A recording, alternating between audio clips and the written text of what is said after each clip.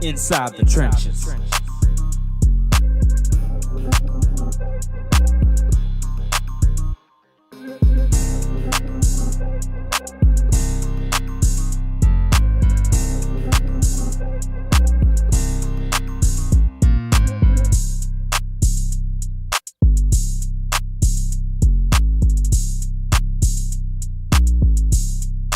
Dentro de las trincheras.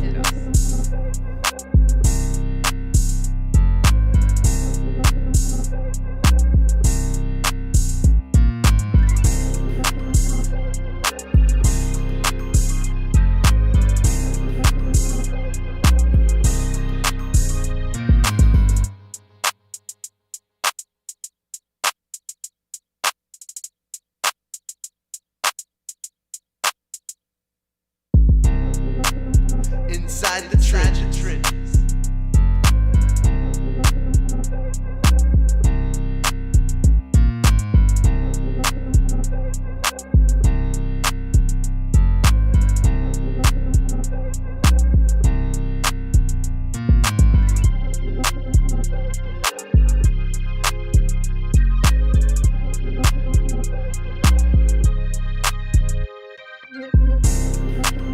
Inside the trenches.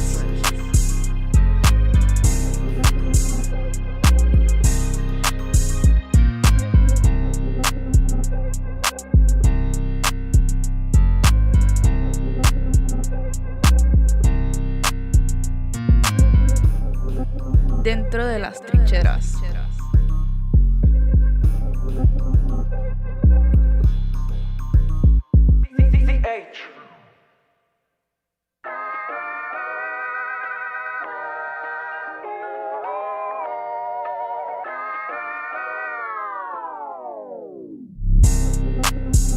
Inside the trenches.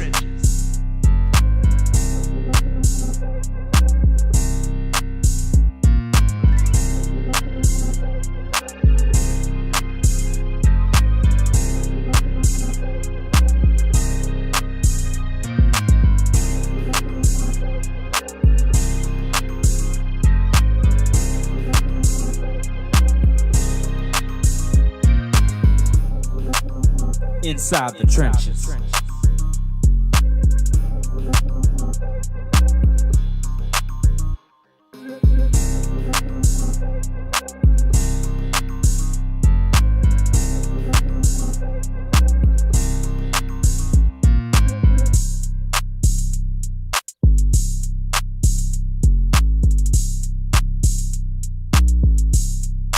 Dentro de las trincheras.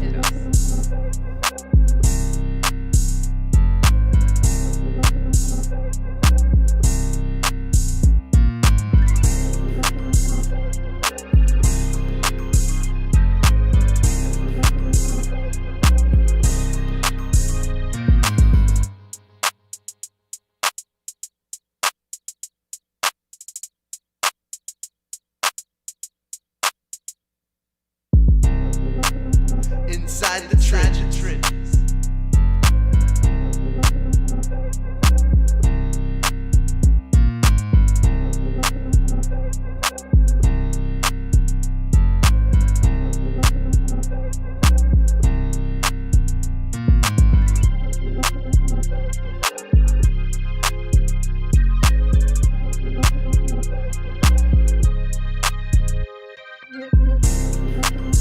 Inside the trenches.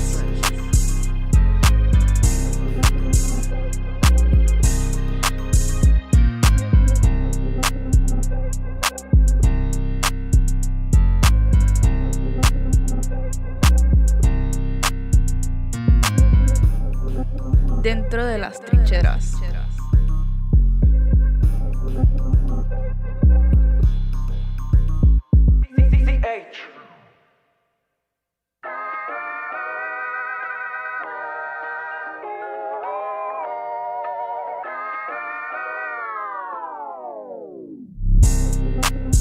Inside the trenches.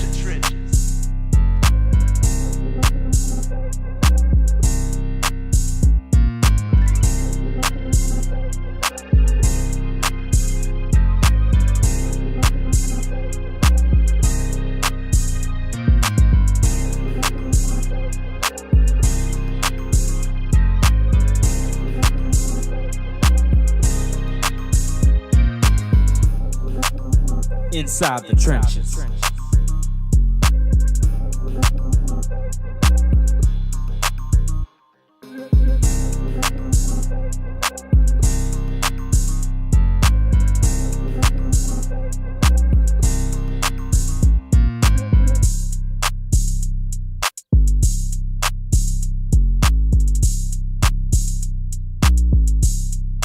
Dentro de las trincheras.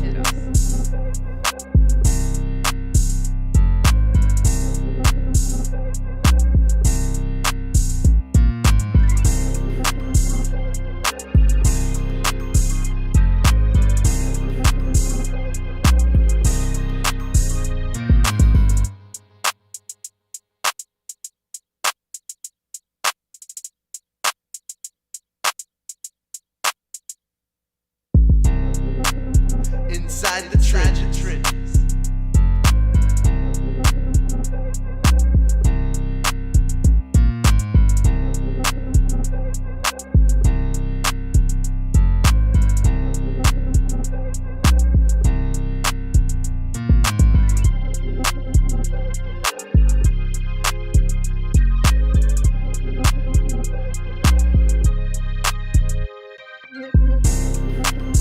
Inside the trenches.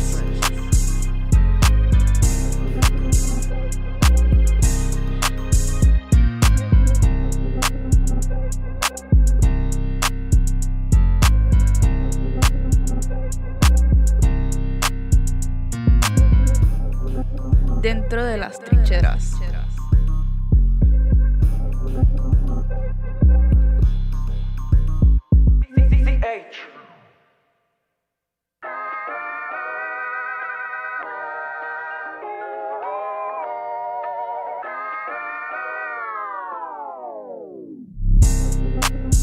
Inside the trenches.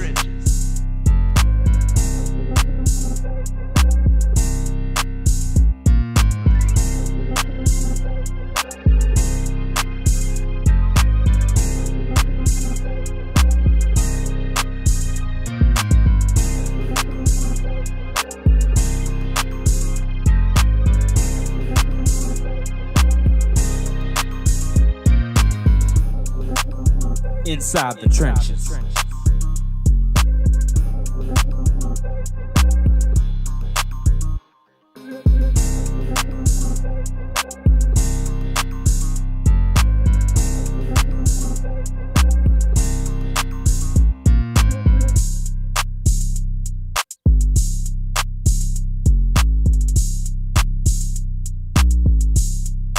Dentro de las trincheras.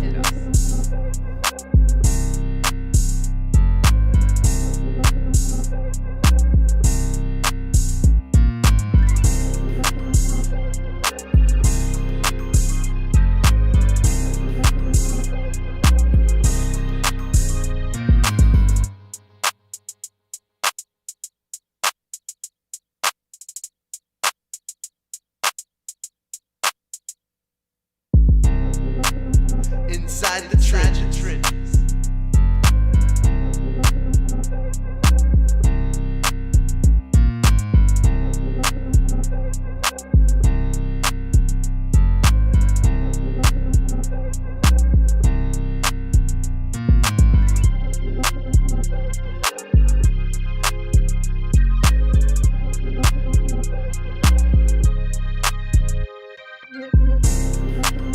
Inside the trenches.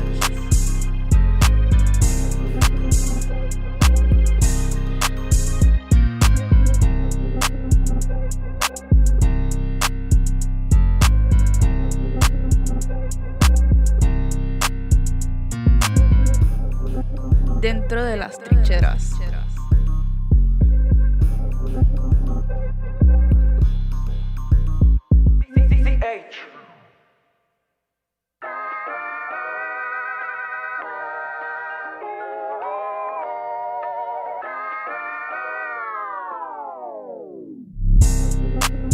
Inside the trenches.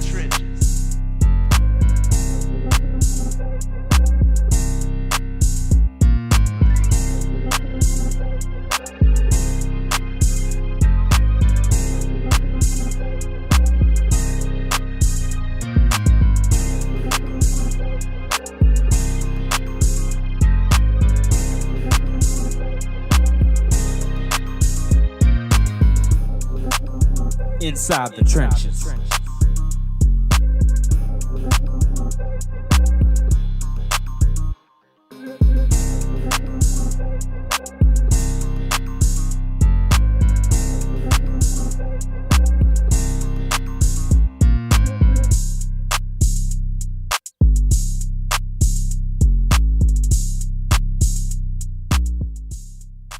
The episode of Inside the Trenches. Beautiful people, it is Monday, fun day. Y'all know how we do. I'm joined by the best. Of course, I'm here with CL NOLA, and I also have my homie, Lil Chris, in the building. And, of course, we have our wonderful production team. But what y'all gonna love the most is this lineup right here today. Yes, first and foremost, we got to talk this A grade. It was a B- last time we was on the show, but now we got to talk about this A grade that I want to give the Saints on their off-season acquisitions last week. So we will for certainly talk about that. In addition to that, not one, not two, but we will be joined by three guests today. Three guests out today. To Birdman. Three guests What today. happened to that boy? We'll have Jakari Martin, Sure. newly state champion for the John Curtis Patriots. He's going to talk to us about that process, what they went through, playoffs, and look forward to interviewing him. Then we'll be joined by Harold Lawson. Harold played ball at Catholic High School, spent his last 3 years at Tulane. Now he's about to hit the transfer portal. He's now at Northwestern State. So I look forward to catching up with him as well, your old Stumping Ground Chris. And last but certainly not least, we'll be joined by Grammy Award-winning producer Deezle on the show. So, fellas, let's get straight to business. Before we get straight to business, we want to take this time, to check our phones because we got it on loud here. Hello, somebody. We want to take this time to thank our sponsors, Get Gordan Injury Attorneys.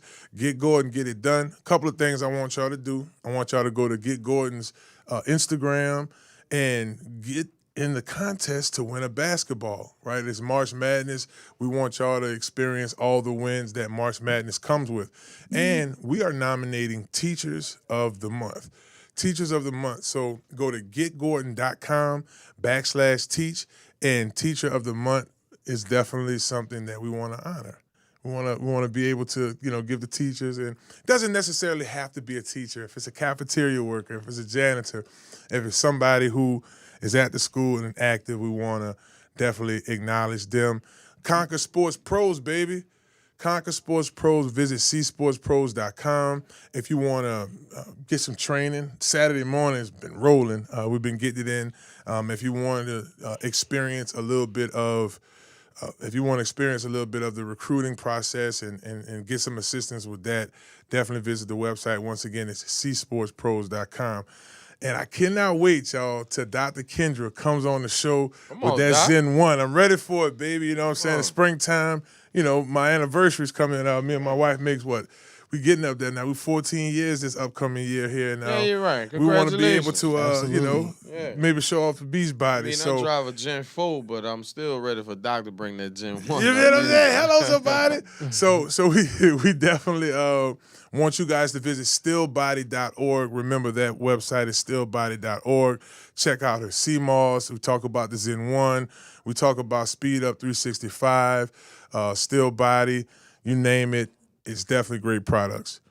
So, see, I don't want to start with you first because you dripped out in the Saints. You look like, one of them old Master P body videos right there. He got. I look like that boy that y'all be knowing who he is when y'all see who he is every time y'all see him. That part too. Look, Chris, like, I don't know. Well, you see me from Mardi Gras, you know who I am. Yeah, you know. So, last week, the Saints were very active in free agency. I thought they did an excellent job. If you look at it from the perspective of needs, they tackle these subjects from the offensive line, each position. I said subject like we're in school. Everything from the offensive line, making some serious decisions on defense, bringing in some, veterans, and at the same time bringing in the fountain of youth. Right. When you look back to last week, what you thought was the best acquisition to the team? Oh, wow, I got my answer. I'm just going around. The phone lines about to burn up. because y'all know how I feel about the situation. Y'all know I feel the best acquisition was bringing Travis Etienne in because we needed to be more explosive in the running game, and he is definitely that, a double-figure touchdown getter, 1,000-yard rusher. Truly an impact player on offense. I thought that was the most impactful signing, along with the starting offensive guard in Mr. Edwards, and just ramping up that offense because, look how, and Lord, I was about to say prolific. We were not prolific last year, but look how effective the offense was with, and no disrespect to these young men, pro se, no-name guys on offense or guys that hadn't really earned their names on offense, and look how effective we were on offense with, obviously, our starting quarterback, Tyler Shuck.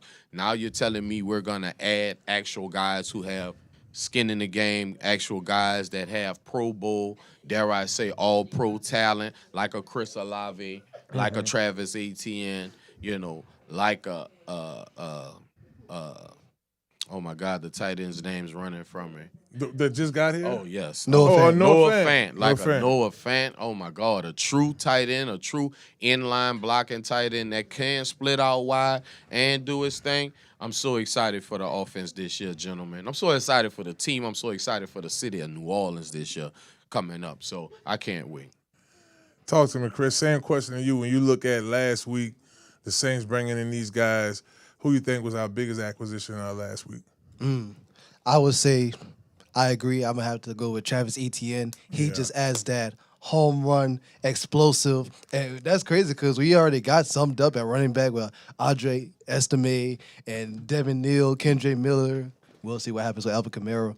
But now Alvin who? But now you add in another explosive running back, one of the most explosive running backs in the league, and he's a dual threat running back as well because he could catch the balls out the backfield as well. Yes, he can. Yes, indeed, Travis Etienne, and like you said, I like the David Edwards signing too. Sure. Improves, pass protection, run blocking. I definitely love that signing, and run blocking balance for sure. And then Noah Fant was a pretty underrated signing as well. I mean, in the league, not just for the Saints. Absolutely. And then we could just use them off the vertical seams, hit them in the red zones. It's just, I'm excited. And then we could use them on third downs too, have a better conversion rate on third down. And another underrated signing I like was getting back Caden Ellis from Atlanta. Oh my God. Replacing him, unfortunately, Demario Davis left to go back to the Jets, but it's okay because we got Caden Ellis to replace him, and I absolutely like that signing. If y'all go ahead, Chris. And I would love to chime in on that Caden Ellis situation because I know in New Orleans we loyal to a fault. In New Orleans we love hard. Nobody has to tell me that. Nobody knows that better than me. Caden, to all the people that doesn't know, Mr. Ellis, that's coming back to New Orleans his few years in Atlanta. Last year he had over 100 tackles. He had 3.5 sacks. And don't get me wrong, he is not as effective as a Demario Davis. Absolutely not. In the run game. Right. But he is just as good as Demario Davis in the run game. But he's actually better in the passing game defensively than Mario Davis is. He's more athletic. He's better. He's a better cover linebacker. And he blitzes and gets home to the quarterback better than Demario Davis. So I won't disrespect the man of God and say it's an upgrade at middle linebacker. What I'll say is we have an efficient and a respectful replacement to the man of God.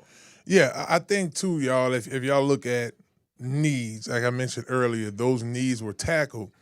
But I definitely had to look at David Edwards, offensive lineman from the Bills. You got a guy that it was a position of need, which that is for certainly the offensive guard position. The interior line dealt with a lot of pressure up the middle last year. The run game wasn't effective up the middle. I mean, you name it. But here you have a guy that comes in from Buffalo, a winning team, a team that has, had a a lot of success at the running game as well. Number one rusher. So when y'all think about it like this, and y'all tune in as well, if y'all, I know we have our new Facebook audience in. Come on. Y'all feel free to chime in, Hey, make man. y'all comments below. Give me y'all's thoughts on, what you think in regards to what's the definite needs right now. Who you think that we brought in last week? And I just want to give y'all, I know we didn't name everybody. I'll give y'all everybody that we brought in. We talk about Noah Fant.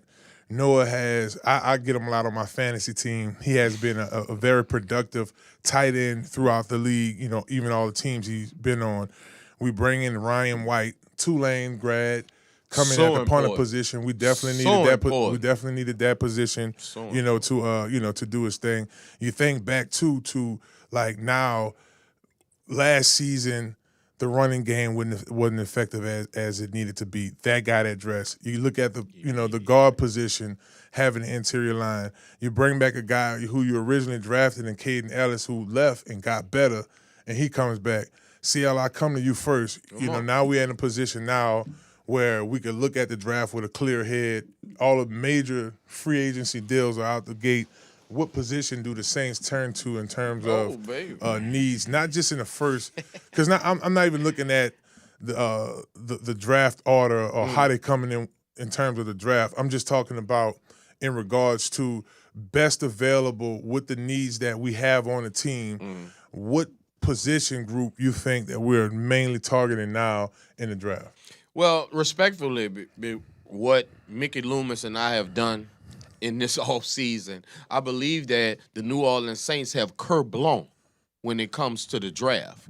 You don't have to draft by need. You don't have to draft best by position. You can draft actually whoever the hell you want. And that's a great position to be in because not only have we helped solidify the offensive line, and we also forgot to name Ridgeway. Yeah. Ridgeway Yeah, had I forgot to mention. Yeah, he came an important rotation. I always tell cats that I talk to, everybody's not a starter. You need rotational guys. You need guys that can plug and play when injuries happen. This is 100% injury league. You're gonna have guys go down. You're gonna need guys to come, and also Ruiz, the center. guard, Both. our swing guard. He can come in and actually battle for a spot against Ruiz. He can battle for a spot at backup center if McCoy happens to go down again. But as far as the draft goes, like I said, we have carte blanche. We can draft whoever we want. If you want to get Carnell Tate in the first round, number 8 pick overall, we can do that with no qualms. We could actually get Jeremiah Love, which of course he won't be there, but we could actually get Jeremiah Love if we wanted. Or we You could talking get about the running back? yes, sir. The room too packed. I mean, Well, you got. I mean, I know you got cuts. First of all, you're talking about the one of, if not the best athlete in the draft. But it's just not a need no more. Well, and especially that high. but Now, once if he again- would have slipped to, which I doubt heavily, he's not going to slip to But second. now you're talking about we don't have to draft by need. We could draft by want because think about it. It's a two-back system anyway. You're not counting on a Miller. Neal is on a rookie deal. I don't expect Exterman to even make the team this year. You can draft whoever you want because we know Alvin's gone. If he's not gone this year, he's gone after this year. Right. So now you're two back. So now you're telling me you have a two-back system with Love and Travis? Nah. If you wanted it. This If is we what wanted I'm it. saying. This team does have to start winning this year. And I think we will. 2 weeks ago, I would definitely say that look at Jeremiah Love. But now that you got Ante in, it don't make no sense, in my opinion, to draft. Now let me hold your thoughts for a second, Chris. Give me your thought on it. What's your in terms of need? Now CL said we can go get whoever. We can go get running back, receiver. Do you feel like it's still a certain area of need for the Saints right now? Like if you go and draft right now, Absolutely. what's that position? I want to get a true number 2 receiver right behind Chris Olave. Now we talking. Well, I started off with Tate. Yeah, you did, but You then did. you went down to Jeremiah Yeah, Love, bro. You because kind we of can do lost whatever us. we want. We can even go get your boy we from don't- LSU. we don't can have even that. go get Delaney. We don't have now. That's a whole nother conversation. Yeah, we can go get him if you want. Because and I don't want to steal. Yeah, I'm go ahead, sorry, go ahead, brother. go I'm ahead, so go ahead. sorry, brother. No, you're good. But yeah, definitely a true number 2 big body possession receiver that could help out Tyler Shuck on third down, red zones, and definitely a number 2 receiver. And I would also say an edge pass rusher to help out Chase Young just in case he gets hurt, help out Carl Granderson. So get maybe like in the second or third round, get a rotational edge rusher to help out them. All right, hold your thought for a second. So this is what I'm saying, y'all, and y'all can chime in too. We don't want to take y'all. Y'all feel free to comment below and let us know y'all position need. Wide receiver now definitely makes a lot of sense, and it did then because we don't have a true number 2. Yeah. Then you got edge rusher. You could always use an extra edge rusher. Now we go that position, that's a totally different thing. And then last but certainly not least, and that's why I like the Delane. You go after Monsoon Delane, now you got a for sure lockdown corner. Yeah. But now that we brought NTN in, now that Elvin restructured, you said he got a year left, it's going to be tough to do that. I think we forgetting about Vele. Devon Vele. Yeah. I think y'all forgetting about this young man that's 6'4", 6'5", that at the end of the year he was balling before he got hurt. He is our true number 2 right now. A cat with skins on the wall that's been in this league right now when he comes back healthy. You're also forgetting about Polk that came over from Tampa Bay that is finally healthy now. Jalen so Polk, yeah. we actually have receivers, you know, I get it. You know, y'all not in the GM meetings with me. Y'all, I get it. Y'all not on the field and watching all these boys when I'm there. I get it. But what I'm telling you is, we have carte blanche to do whatever we want. Now, if you want to go and get a Styles, I don't have a problem with that because we don't have to necessarily play Ellis at middle linebacker. We can use him off the edge and have Styles in the middle. So this is where we at now. All right, we got Mason Tipton. We got Chris Olave. These are the starters. These are the listed projected starters. You make the team. And then you got Divine Vile. To your point, now you still got Austin. You got Kevin Austin Jr. We got Polk, like you were talking about. Bud Means. We don't make the team. That's what I'm saying. So I'm looking at this. Vile, he's right in the right spot. Your third receiver. I take him as a third receiver, but the direction I think the Saints are trying to take in terms of you do bring in a no offense. That is some extra hands for, proven hands, should I say. And not only extra hands, but he could help in a run game too by blocking and stuff. Exactly. You see what I'm saying? So now it's like you look at the running back room, NTN, you got Alvin Kamara, you got Kendre Miller, you got Devin Neal, and Estimate's still on there. So and my point is, and knock on wood, that's why I was doing that, knock on wood, what happens if ETN goes down? We in the same position we was in last year. You understand what I'm saying? I mean, you still got Devin Neal. Devin Neal's coming off an injury. I know. So is Miller. So is Alvin. What you like to say? Football has a 100% injury rate. Yes, absolutely. So we can always say, "Oh man, they got injured." That's always out there. What I'm looking at is a packed running back room, and it don't make no sense. Now we got a good somebody out there we not naming that we could get in the later round that may be explosive. We can get Allen from Penn State.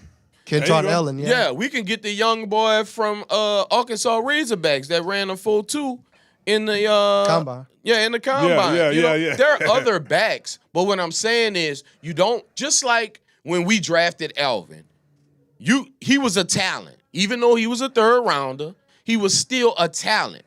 How about this? When we drafted Reggie Bush, number 2 overall, you don't pass up on that type of talent when they're on the board because they don't come around very often. Mm-hmm. Y'all tell me the last time y'all seen a Jeremiah Love in the draft. You seen him, his name was Saquon Barkley. You understand what I'm saying? Listen, I was all on board with Jeremiah Love. I was like, man, let's go get him.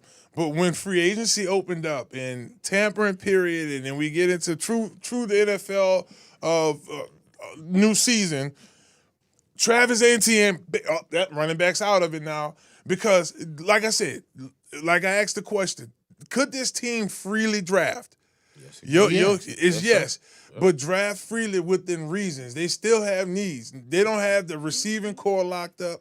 I still think that the offensive line still has some things. We also have money in free agency. Yeah, we got a couple bucks. There's a lot of wide receiver free agents out there as well. Right. So even that brings my next position now. Edge rusher.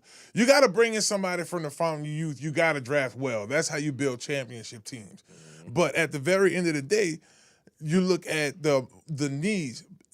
If Monsoon Delane or any of those top DBs are available, and Jeremiah Love sitting there, I gotta go after that top DB, that top edge rusher, based off of my decision of what I decided to do at the running back position. And I don't doubt that. You know, it's really a moot point that we're discussing because he won't be there at 8. I just was proving the point how much carte blanche we have to draft whoever we want, not only because we address so many holes on offense, in free agency, but we also have money now. We got money now. So we could literally, if we want to address wide receiver, we could go in free agency and address wide receiver. If you want to address corner, we can go and address corner. If you want to, because right now, Blackman came back and we still got Reed. But if you want to go get Caleb Downs as the 8th overall pick, we could do that as well. We can do anything we want this year, and it's been a decade since we've been able to do that. I guess we could do just about anything we want. We don't want to just. It's been a decade for sure since we didn't seen them just draft crazy in the first round too. So we don't want to go down that train. That's my whole thing. Last year, that was good. They went and got Kelvin Banks Jr. Yeah, they came back and got Tyler Shuck. We talked about the players like Riley and everybody got drafted last year. Played just about, right? Played. Yeah, everybody. So I'm just like the city didn't had an issue with Mickey. I never had an issue with Mickey. And Mickey, we trust. Whatever they choose to do, I'm rolling with it. Because look at the last year's draft. You got Riley as he was projected to be a special teams corner. He ended up being a starter in this league. He actually has skins on the wall now. It's going to be hard to bring somebody in. Because whoever, even if you bring Delaney in, he's going to have to battle with Riley for that spot. Yeah, and that's a position you want to see battled out. Oh, yes, sir. You want to bring in, when you draft somebody in the first round, you bringing that guy in to play. Right. You're not bringing that person in I agree. To battle out. So that's my whole thing with you're going to bring in a running back that's going to have to battle it out. I think you bring in a receiver to battle it out.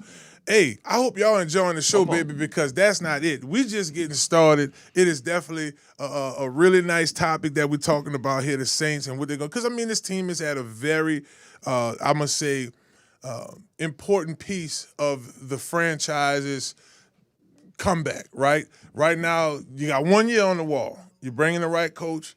That coach drafts well. The end of the season, this team was winning. If the beginning of the season starts how the end of the season ended, I think this team would have been on the right trajectory. So we're gonna continue to talk about this. Is gonna be a topic every week, baby. The more we get closer to more pro days happening, closer we get to the draft, we're gonna talk about this more, and we're loving it, baby. Listen, once again, if y'all wanna nominate a teacher for Teacher of the Year, feel free to go to getgordan.com/teach. Again, it's getgordan.com/teach. Nominate your Teacher of the Year. And remember, if you had any injuries, any car accident injuries, anything getting hurt at work, you got to dial 504-800-8888. Get Gordan, get it done. Y'all don't go nowhere, baby, because when we come back, man, we're going to be going off that midnight. We'll be joined by Jakari Martin, newly state championship mode for the John Curtis Patriots right there in River Ridge, and we're gonna talk all about it. They said right they here was gonna on Inside the Trenches. Peace. Dentro de las trincheras.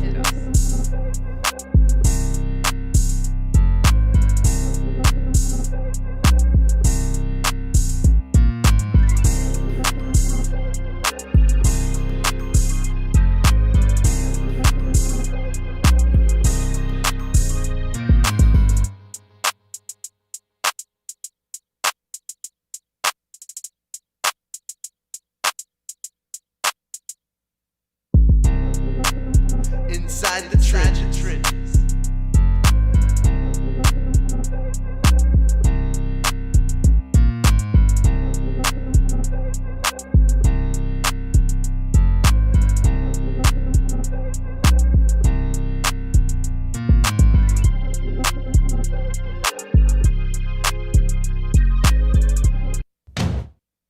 where your story continues. Stretch the limits of your imagination. Create the world as you see it. One letter, one word, one pixel at a time. Move to the rhythm of your own story. Make something more. For him and her and them, for the world. Do what you love. Tell stories like never before in state-of-the-art recording, news, and editing studios. Created just for you. Learn skills that will never expire. Document moments, seconds, frames per second. Turn them into masterpieces. Creativity is more than a lifestyle. Make it a career. Tune into the sounds around you. Those notes, you were always meant to sing them. Creative boundaries, you were always meant to break them. Become the creative professional you are destined to be at the Anchor Institution for the Creative Economy. This is a stage, a world stage. New Orleans, culture rich. Loyola, hands-on access. Make the next move. Perform and work immediately. We do things differently. Use your creativity to impact society. Expand your mind. Be with and for others. Continue your story in the College of Music and Media at Loyola University, New Orleans.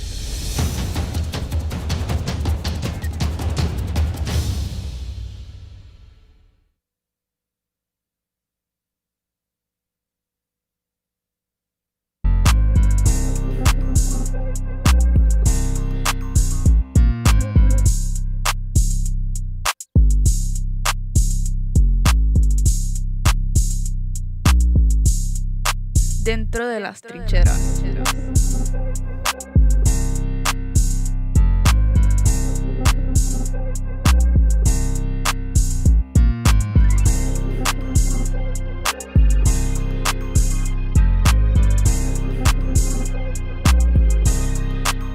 Are you a high school football player who's tired of waiting on college coaches to notice you? What if I told you there's a way to get real colleges to reach out to you with scholarship offers and a financial package? If you are a junior or a senior who is serious about playing football on the next level and having school paid for, well, this video for you.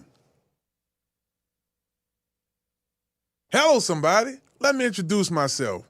My name is Marlon Big Fave Favorite. As a defensive lineman, I won a national championship with LSU in 2007 and then won a Super Bowl championship with the New Orleans Saints in 2009. Today, I'm a part of a broadcasting team who does the pre- and post-game analysis for the LSU Tigers. You might catch me on other media outlets talking sports as well. But here's what I'm mostly passionate about. My real job is running Conquer Sports Professionals. At our New Orleans and Baton Rouge's facilities, we specialize in elite training for high school and college-bound football players. We provide position-specific training, strength and conditioning, and speed training to help our athletes dominate on the field. But that's just part of what we do. The big part of what we do is we help high school football players secure offers to play college football and pay for their education. Here's the reality most players face. High school coaches just don't have enough time to do all the recruiting work that you need. You show up to 7-on-7s and camps, hoping some coaches will notice you out of 500-some kids. What usually happens is you waste your entire weekend because nobody was actually watching you. Most guys just throw their applications into a void, hoping something sticks. That's not strategy. That's gambling with your future. Here's where we're different. We have a network of 1,000 coaches and scouts representing every level of college football from Division I FBS, FCS, Division II, Division III, NAIA, and junior colleges. We start with a complete skill assessment. We discuss your football and your educational goals. Then, based off your talent, we personally contact coaches and scouts who are looking for exactly what you bring to the table. We don't send out emails. We make direct, personal contacts.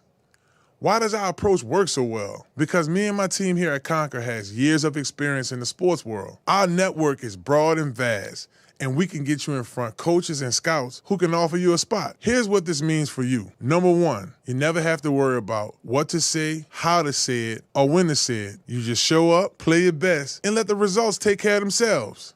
Number two, when a coach responds, we personally prep you for each call and visit.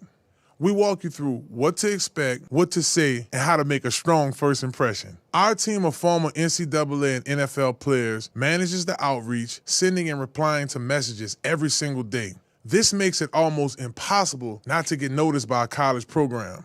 But we don't just reach out randomly. We write messages to show real intent, why you like their school, references to their program, and their academic reputation. We make it personal, real, and human. We have direct contacts and relationships with the decision makers. So a coach just don't see a name or a stat. They see you, a player that belongs in their locker room, and they trust that we will only send players that fits their program.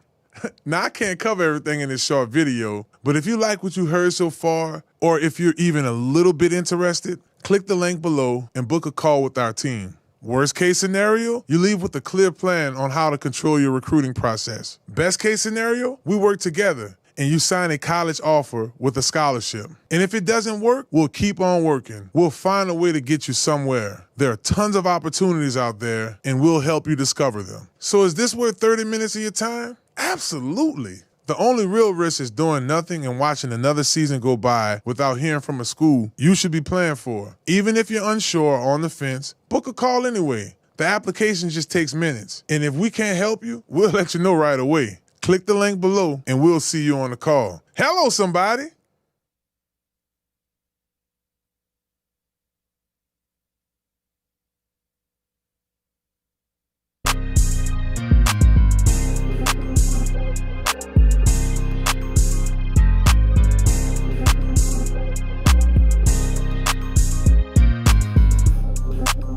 Inside the trenches.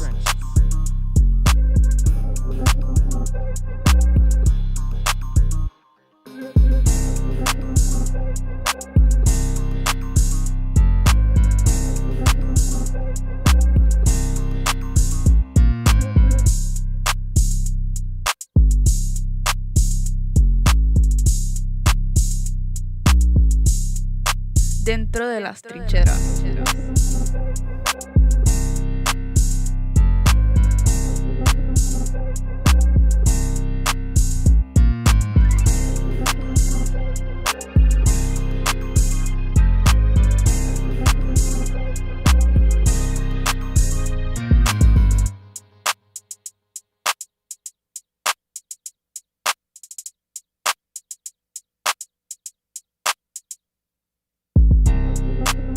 Inside the trenches.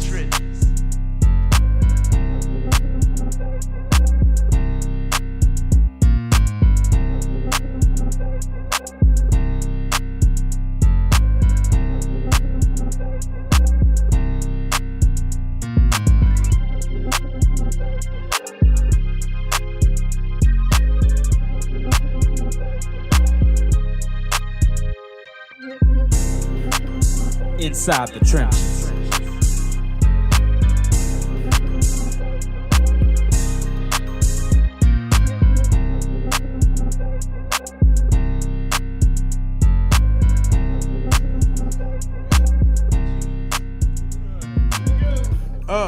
Well, hello, somebody.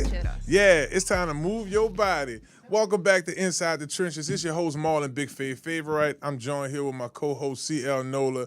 And you know we're rolling, baby. And I want to take this time to speak about Conquer Sports Pros. Conquer Sports Pros is something, it's a company that I've had and I've shared with lots of people here in this area. And Conquer Sports is one of those places. It's a hub for student athletes. It's a hub for training. It's a hub for media. It's a hub for sports consultation. We have a great team behind us, and I love what we do at Conquer Sports, and you would too. So if you know any high school defensive lineman or offensive lineman who looking for training, have them visit csportspros.com. And also, if you know anybody who need any recruiting assistance, have them visit csportspros.com. Well, I know somebody who probably got a lot of assistance recently in that department because they took their way out to St Charles, Louisiana, out there to McNeese, if I'm not mistaken. Oh, yeah. And brought back to River Ridge, Louisiana, a state championship in basketball. So my next guest, you know what I'm saying, going off that midnight, you can follow him at Midnight Point, midnight.5 on Instagram. We have state champion basketball player Jakari Martin here with us from John Curtis, baby. Thank y'all for having me so much. Oh, it's a pleasure, baby. It's a pleasure. Trust me. It really is. So I want to catch you in a moment. We're not even 2 days off of the state championship. describe that moment when y'all won. I saw some of y'all video. Y'all was holding each other back right before they made the announcement, and y'all charged the field. Right. The field. I'm so used to saying that. me The too. basketball court. What was that feeling like for you? I think it's surreal. I think we all been through so much together through like the ups and the downs, and it was just at the point where like the job was finished. And I think that was the biggest part about our whole season. We started the season off about 18-0, and I think we try not to get complacent in what we doing because we got another game. But at that point, no other games, we won it all. And I think we were just so happy in that moment, each and every one of us, just to be a part of legacy. It's the second championship Curry's ever won in basketball. So, and Curry's always known for winning, but not until we got there and we really changed bases on a lot of things and kind of changed the culture a little. Now everybody wants to send their kids to Curtis. Nah, that's pretty cool.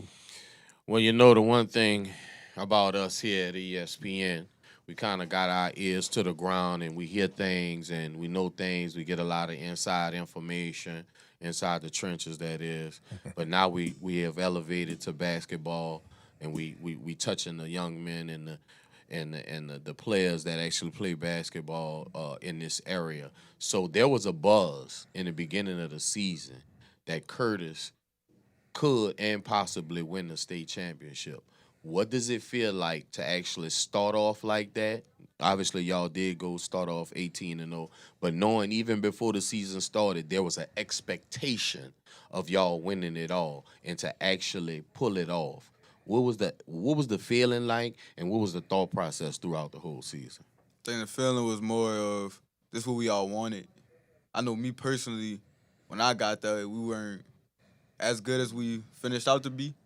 So I think we wanted it to be where everybody know when you coming out of the gym or we show up to your gym, you better tie your shoes as tight as you can because it's about to be a fight on your end.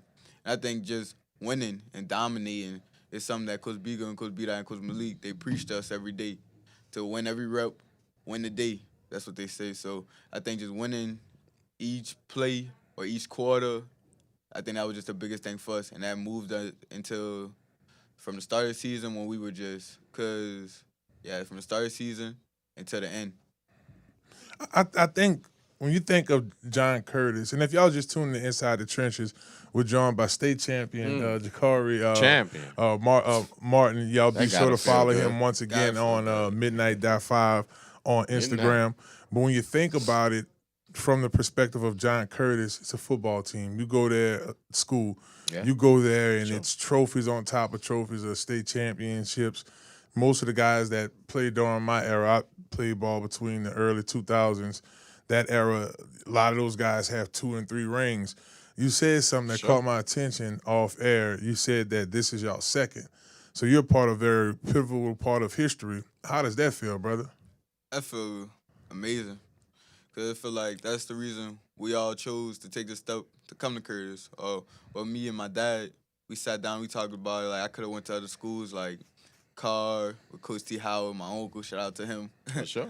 Shout out to y'all. I could have went to schools like that. I could have went to go play at Newman. It's other places around the city, St. Aug. So I think it was more me wanting to build my own thing, build my own legacy with a group of guys that wasn't worried about starting out at the top, but we grinded for it and we fought. And I think just being a part of that, and Malachi and them won in 2012, he always come back, try to stay in touch with us, just, to try to get that feeling back. And I think just bringing that feeling back to the school, just a winning basketball team, well, even when football season over, you could be even more excited about basketball because you can see a show every night when you come see Curtis basketball. Right. And we're definitely proud of you guys, and I know, like I say, you're not even 48 hours off the win, and we're grateful for you to be able to make it in and come sit down with us at ESPN. Man, it is a surreal moment because I wasn't able. I had other obligations this weekend. Of course, I would have loved to come see you play in the state championship game, but you're here now. And I want you. I always knew that you were a team guy, and I don't mind letting the people in on my personal life. I've been knowing Midnight since he was a very young man, and I've watched him grow up and become a very fine young man, a very respectful young man. So it is a proud moment for me to even know his father, and I'm sure we'll all sit down and share that moment together and just think about all the years that we watched you grow up. And I don't forget that you owe me a trip to Italy. Yeah, There we're you gonna go. take that trip. We're gonna And, take that trip. that's an inside barbershop type inside thing. But I want you to get personal. I want you to tell the people what your stat line was this year, and what did you feel like you contributed to the team to help make y'all champions? Well, my stats were really close to around 11, 8, and 5. Closer to the 6 on the 5 range on that end. Well, I don't want to get too technical, but that's too close on that end. But I think, that was the majority of my stats, most of the games I played. And I was okay with myself with it. And I have a lot of guys on my team that can score the ball. We all can score the ball in very many sorts of ways. And Coach Bigo, he played 9 to 10 to really on the 8 or 9 side of guys in each game. So to say that we can go that deep, it tells the type of team that we have, to where all those guys could play and we still winning and everybody still eating at the same time. So I think that was a big part of the year for me. And I think what I brought to the team was what I didn't have when I was coming playing 8th grade on varsity. I brought the leadership. I was a guy those guys could go to when, Coach Biko on them, and I could just pick them up. Because it's hard because now we got guys like Torrey Walker or Chance Foster, those guys in 8th grade. I was just in their shoes a couple years ago, and I know how that feels to, feel like everything's on your shoulders. And what I think for them, they didn't have to do that because it was still me and our trail. And I think me and Trail was expected to win the games, and they got in to show their talents. But when we were in 8th grade, we were expected to win the game, show our talents, and still make sure that we were still one of the best teams. And I think now they didn't have that much pressure on them, and that just let them grow as people. And even the other guys on the team, it just let them see what the next step is of being a leader the next year when I'm gone. And I think that was the biggest thing. I'm just being a guy, Energizer Bunny, just being a guy they could come to when they need me, or anything like that, and just being another coach on the floor when I'm out there. Yeah, I mean, having that varsity playing time since y'all was in 8th grade, and I know our trail senior, him and his dad and his sister, well, you're Artrell's auntie, Crystal, we all grew up together, played sports, so to see that full circle says a lot. Also have a big little cousin on y'all's team, Ethan Banks. Yeah. You talk about young talent. I saw he got in, looked like he made a little bat down, and he's been trying to mature with y'all guys. Talk to me about Ethan and like the other young talent. I mean, y'all won a state championship, so now those guys' expectations are going to be much higher moving forward. I'm going to just say this. I expect them dudes to be good for the next 4 to 5 years coming up.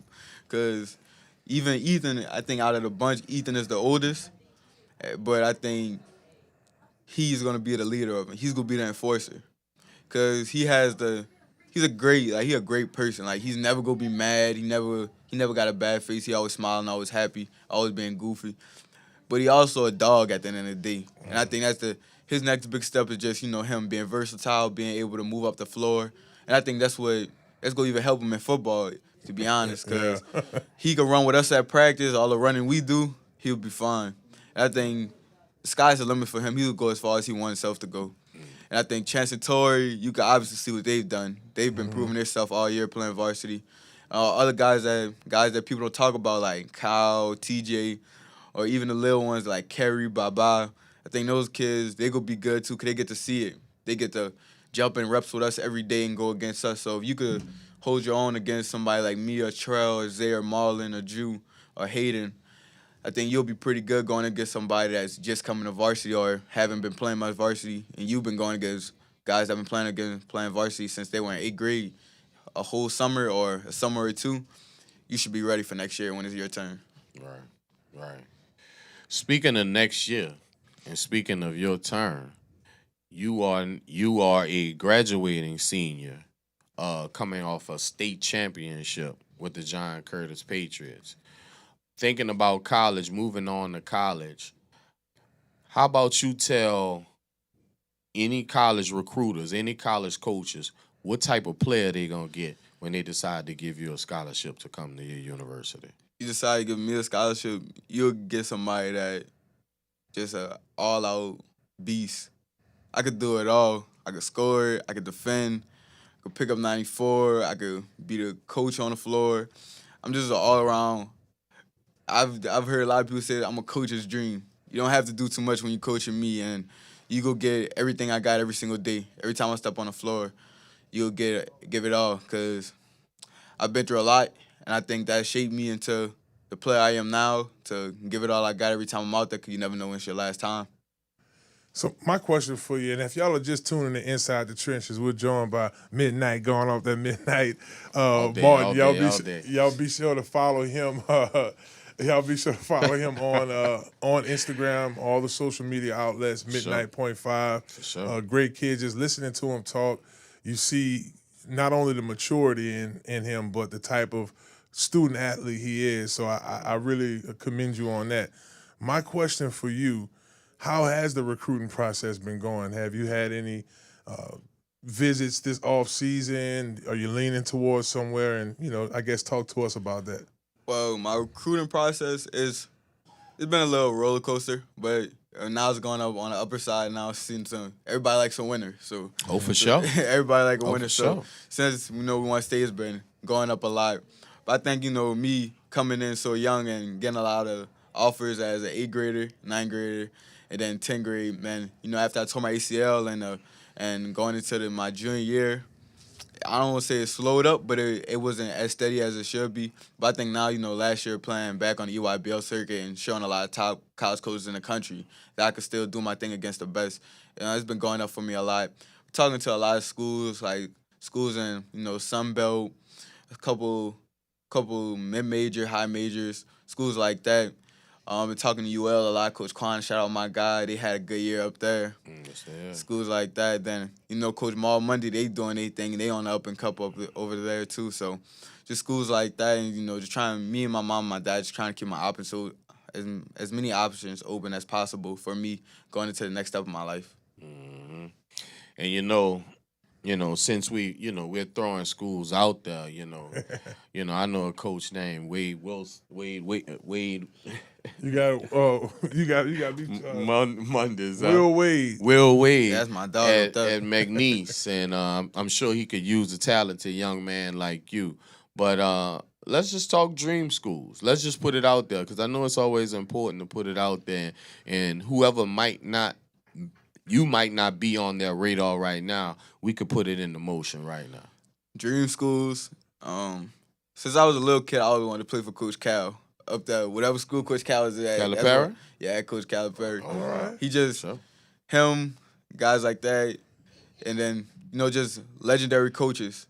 It don't even be a program. If somebody can make you come play for them and leave you where you live at for a place that's 8-9 hour drives most, or even flights, you got to really believe in what they're producing over there.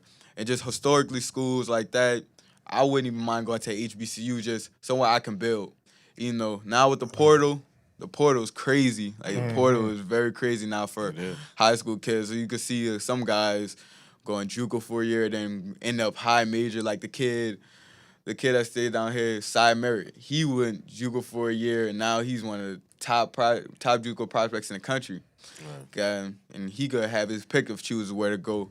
Or other kids like Cam Wilson, he went to Tulane for a year. Now he's playing at Kentucky. So right now it's not about where you start. It's about where you finish or where you get yourself to. So schools like, high major schools, any school in the SEC. I'm a big SEC player, so any school in the SEC I would love to play that. Just throwing that out there. Come on. Y'all heard him. Holla if you hear me. BR, I know why y'all not out there listening. Why Definitely. not? You got to win, and I like when you said that. Either way, wherever you go, whatever program you attend, they're getting a winner. Just listening to you talk, you understand how to not only articulate your words, but you position yourself to have the answer, show that leadership, and you know that matters moving forward. Being open. You know what I'm saying? Definitely. Being open to situations that, you know, you might not see 100%. your best potential in it, but someone else can see your best potential in it, and you trusting in their eye that to make you a better player. Yeah, yes, One- sir. 100%. Oh, but my next question for you, I want to switch gears just a little bit. You watch a good bit of NBA, I'm pretty sure. Yeah, for sure. So locally here, the Pelicans look like they're trying to shape things up. What's your thoughts on the Pels, and do you have a favorite player on their team? Jeremiah Ferris, he like that. Yeah. He like that. And a rookie like DQ, he a dog. I think for them, they just need more. I don't even say we don't need a superstar. They don't need another super guy. They need like a glue guy. I think to keep everything together. And you know, my mom, she actually works at the game, so I get to go at any time. You know, anytime I have a chance, so I get to go and sit. I get to sit courtside. Watch firsthand real NBA basketball, and I think that's the best thing for a local kid like me or for anybody else out there, just to go out there and really see guys that were just in your shoes doing it. And I think I like the Pels. They could shake some things up. And I think they play good against the good teams, and the bad teams, they kind of sleep the bed a little. And I think in spurts, they show that they could be a playoff contender team.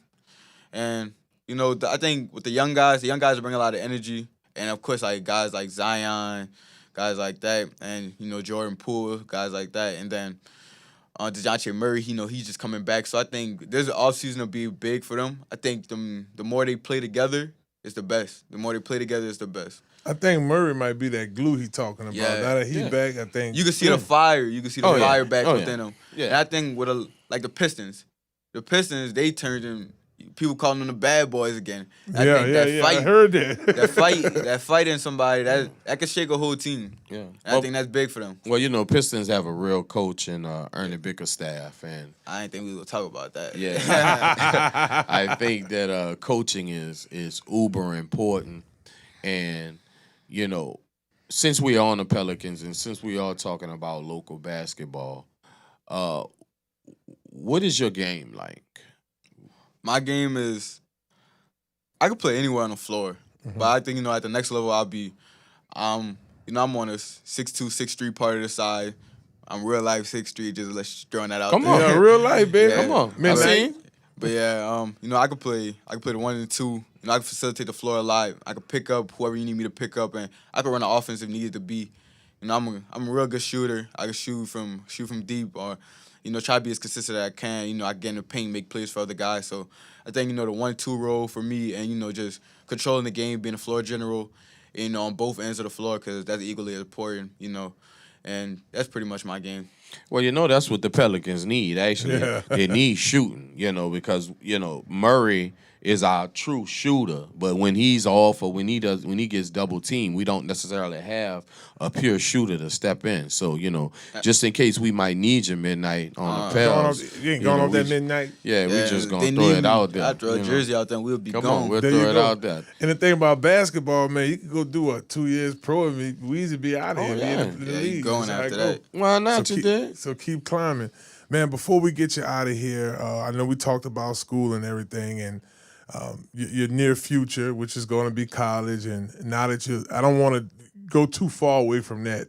You're a state champion, man. Oh, yeah. Round of applause there once again, man. That boy ain't even got his ring yet. Yeah. But he on ESPN, though. There you go. And Matter of that's fact, we huge. order him tomorrow. Okay. Come on, man. Y'all done picked out the design and all that. Everything. I think, I ain't gonna say this, try to get cocky, but they knew what it was. They knew what it was. And I think us being ready just to, be ready to become winners. I think last year when we lost to St. Thomas More, we weren't ready to win. And I think that was a big step that we lost St. Thomas More on a Wednesday. We were back in the gym on Sunday. Okay. Yeah. So I think just being so anxious to win and get back to where we were last year and then surpass that and then get to the next step, which is the state championship. And it was so good for me. I got to play against my uncle T. Howard. That's tight. Shout out to him, man. I like what he's doing over there, building car basketball up over there. And those guys, it wasn't just an easy game. I know the score might have looked like that, but it wasn't an easy game. I think we game planned well. We came out there, we threw the first punch, and I think we had a good enough team to where if we throw the first punch and we get you up by a good 12 to 15 points, we could stretch it. And I think before halftime, we stretched it to about 22, 23, and I think from there, it was just maintaining and trying to get the younger guys and like Ethan and like Kyle and them, just trying to get those guys that been giving us good looks all year on scout team and stuff like that at practice, get those guys some good time, man. I said this about T. Howard. One thing about T. Howard, he got a lot to be happy of. And now I can see a third thing now. You won your state championship of football. Oh, for sure. That would be his 8th championship in football. You went to the state championship for basketball. Oh, for sure.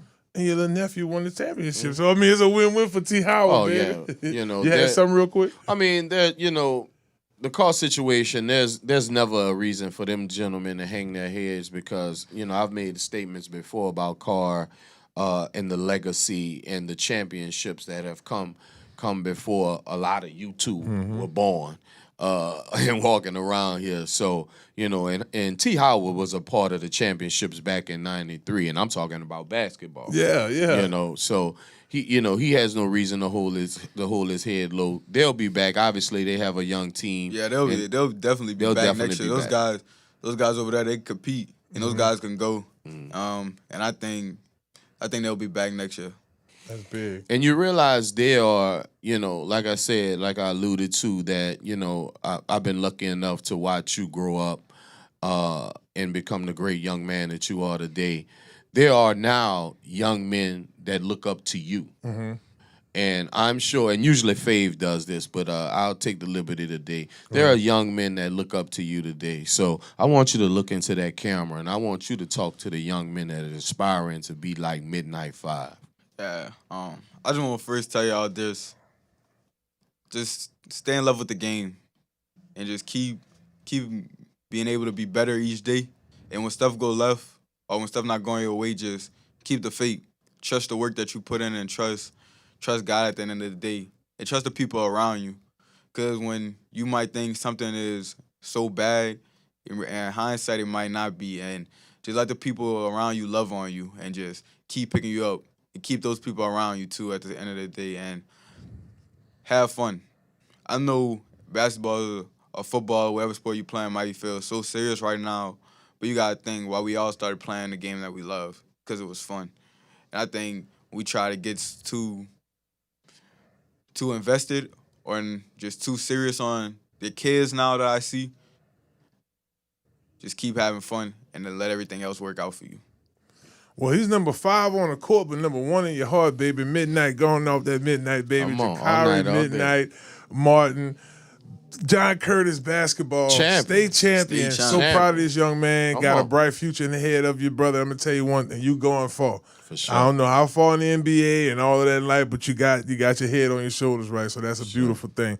Well, we want to thank you for coming on the show, brother, and we got to get you back on here again. Maybe decision time we get them back on here again. And thank y'all so much for tuning in, baby. Once again, visit csportspros.com if you're looking for recruiting, assistance, if you're looking for training, a little bit of any consultation you need, holler at us over there at Conquer Sports. Don't go nowhere, baby. We got more ballers coming on here. We'll be joined by Harold Lawson, now of North.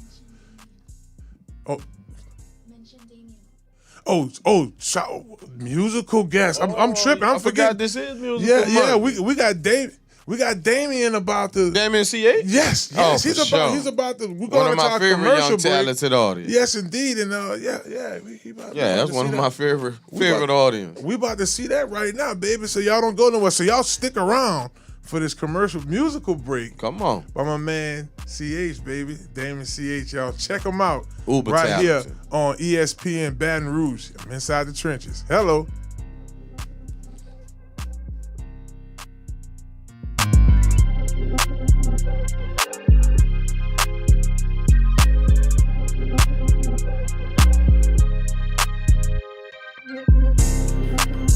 Inside.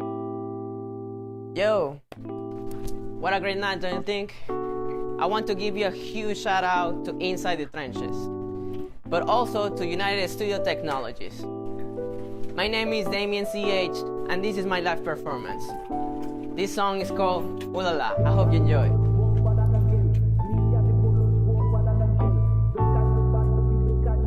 Dice así. ¿Qué tal si me das un poco de eso que me tiene loco? No sé si te he dicho lo mucho que me encantan tus ojos. Y es que tú me das un vibe, que la vida se siente tan light cuando estamos cerca del mar. Es que tú eres especial. Ese ritmo que me atrapa, me fascina. Cómo te mueves, dale lento, pegadito, que se sienta que tú me quieres. Cuando bailas, cuando sonríes, tu belleza me derrite. Cuando bailas, cuando sonríes, tu belleza. No encuentro cómo fue que mi suerte tuvo la dicha de poder conocerte, de que te cruzaras en mi camino pa' que estuvieras junto a mí, que te fijaras en mí. ¿Cuál es tu secreto? Ese misterio tuyo que guardas cuando te miro feliz. El tiempo se detiene cuando estoy contigo. Qué rico bailas cuando estás aquí. Una noche en Bali. Ay, qué liviana se siente la vida con tus besos a borde. ¿Qué tal si me das un poco? Eso que me tiene loco. No sé si te he dicho lo mucho que me encantan tus ojos. Y es que tú me das un vibe, que la vida se siente tan light cuando estamos cerca del mar. Es que tú eres especial. Ese ritmo que me atrapa, me fascina. Cómo te mueves, dale lento, pegadito, que se sienta que tú me quieres. Cuando bailas, cuando sonríes, tu belleza me derrite. Cuando bailas, cuando sonríes, tu belleza. La la, cuando bailas, la la, la la, la la, la la, cuando bailas, la la, la la, la la.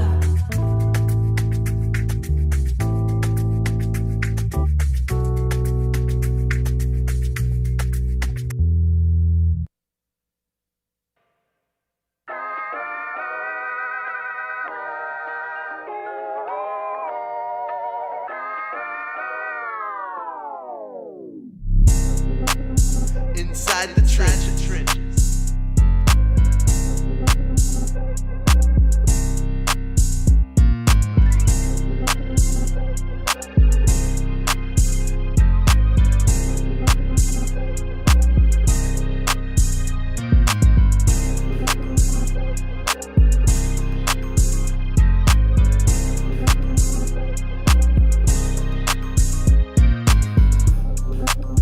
Inside the trenches.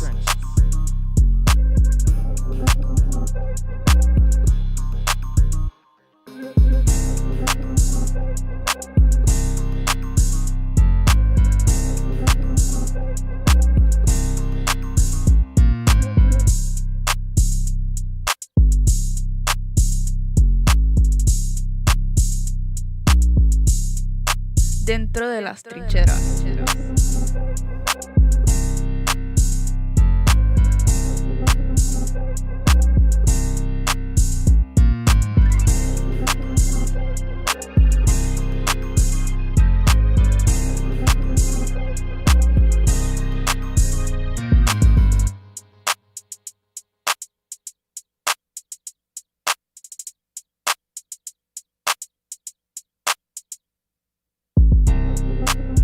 Inside the trenches.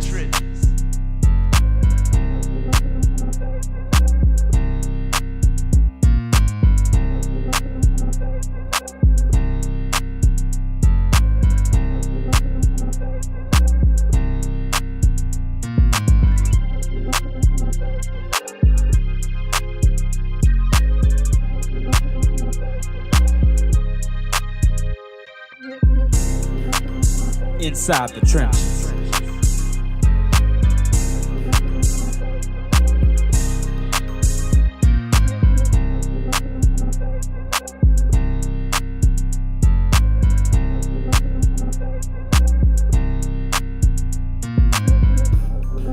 Dentro de las trincheras.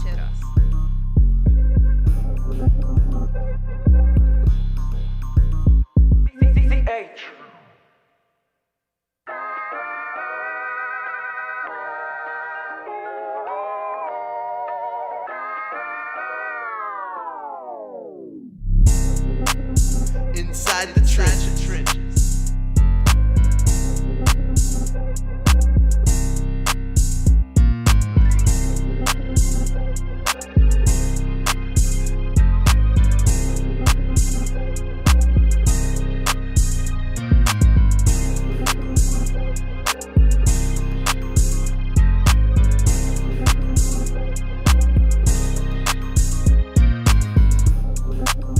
Inside the trenches.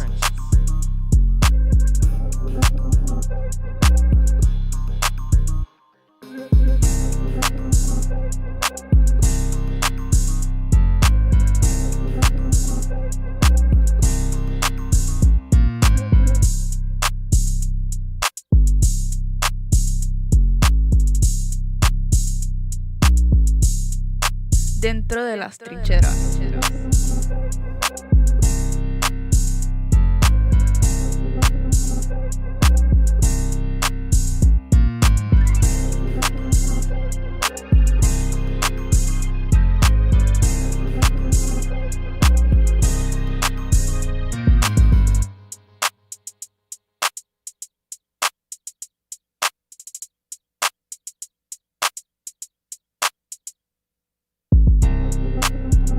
Inside the trenches.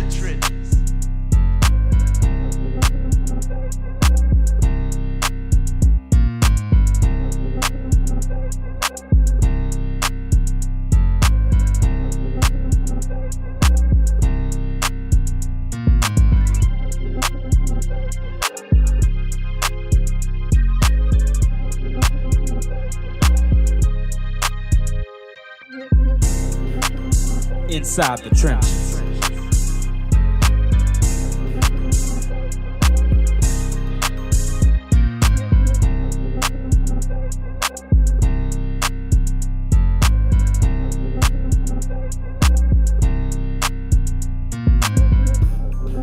Dentro de las trincheras.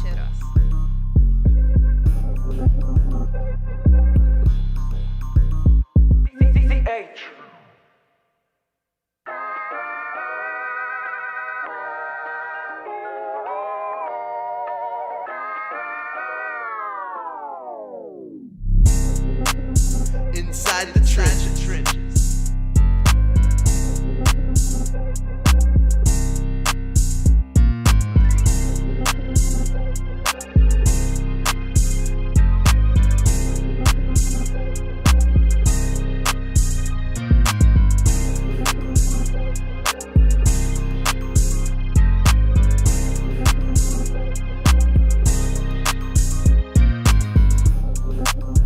Inside the trenches.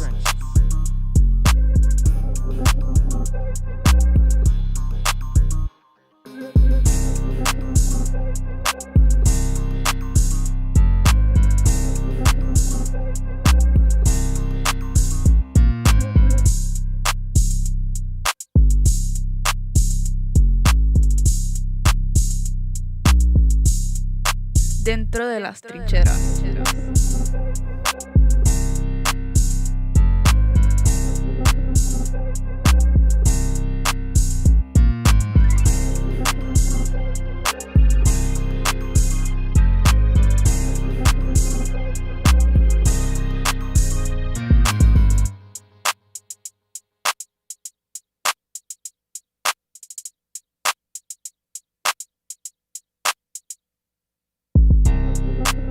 Inside the trenches.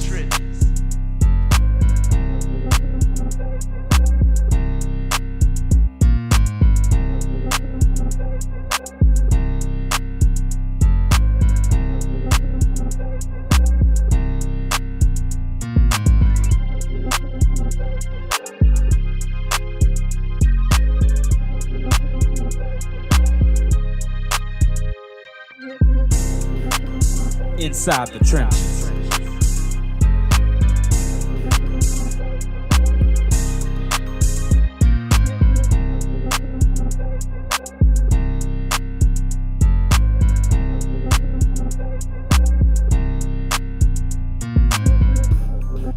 Dentro de las trincheras.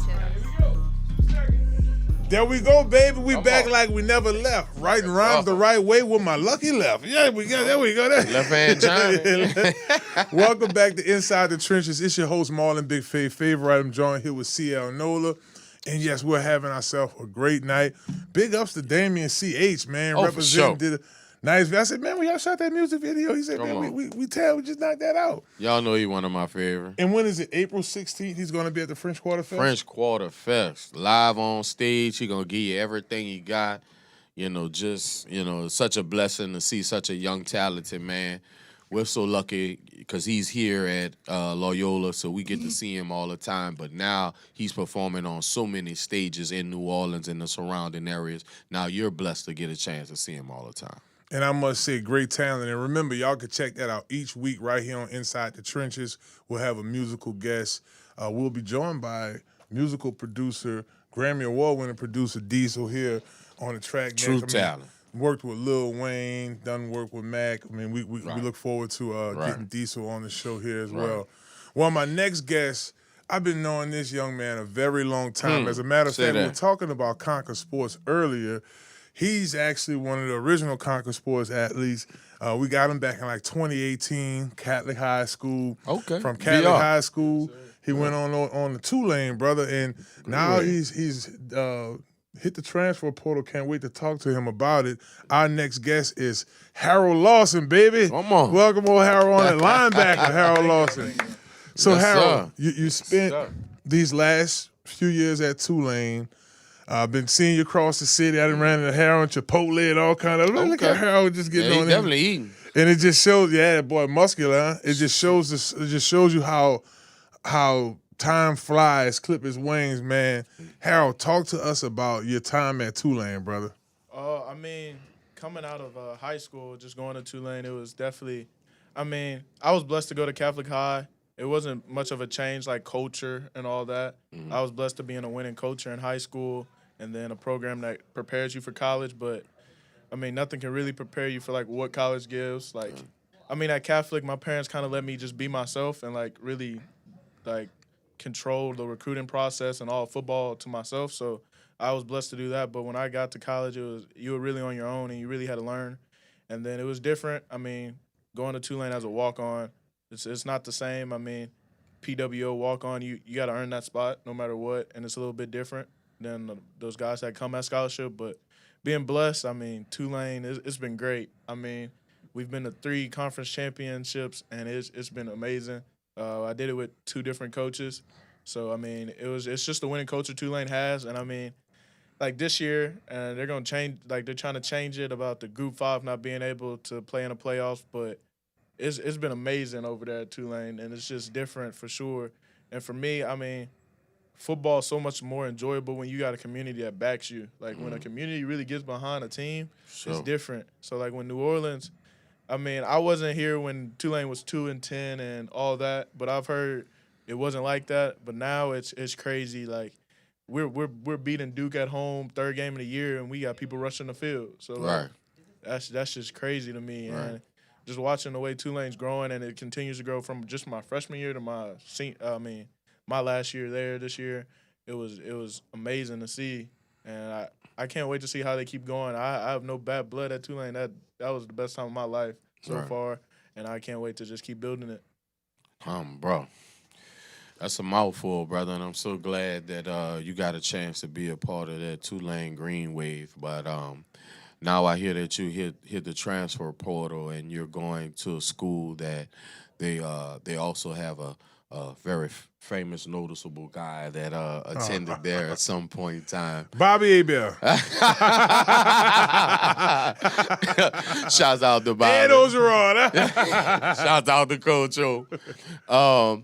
You are now going to Northwestern State University, the Demons, in Natchitoches, Louisiana.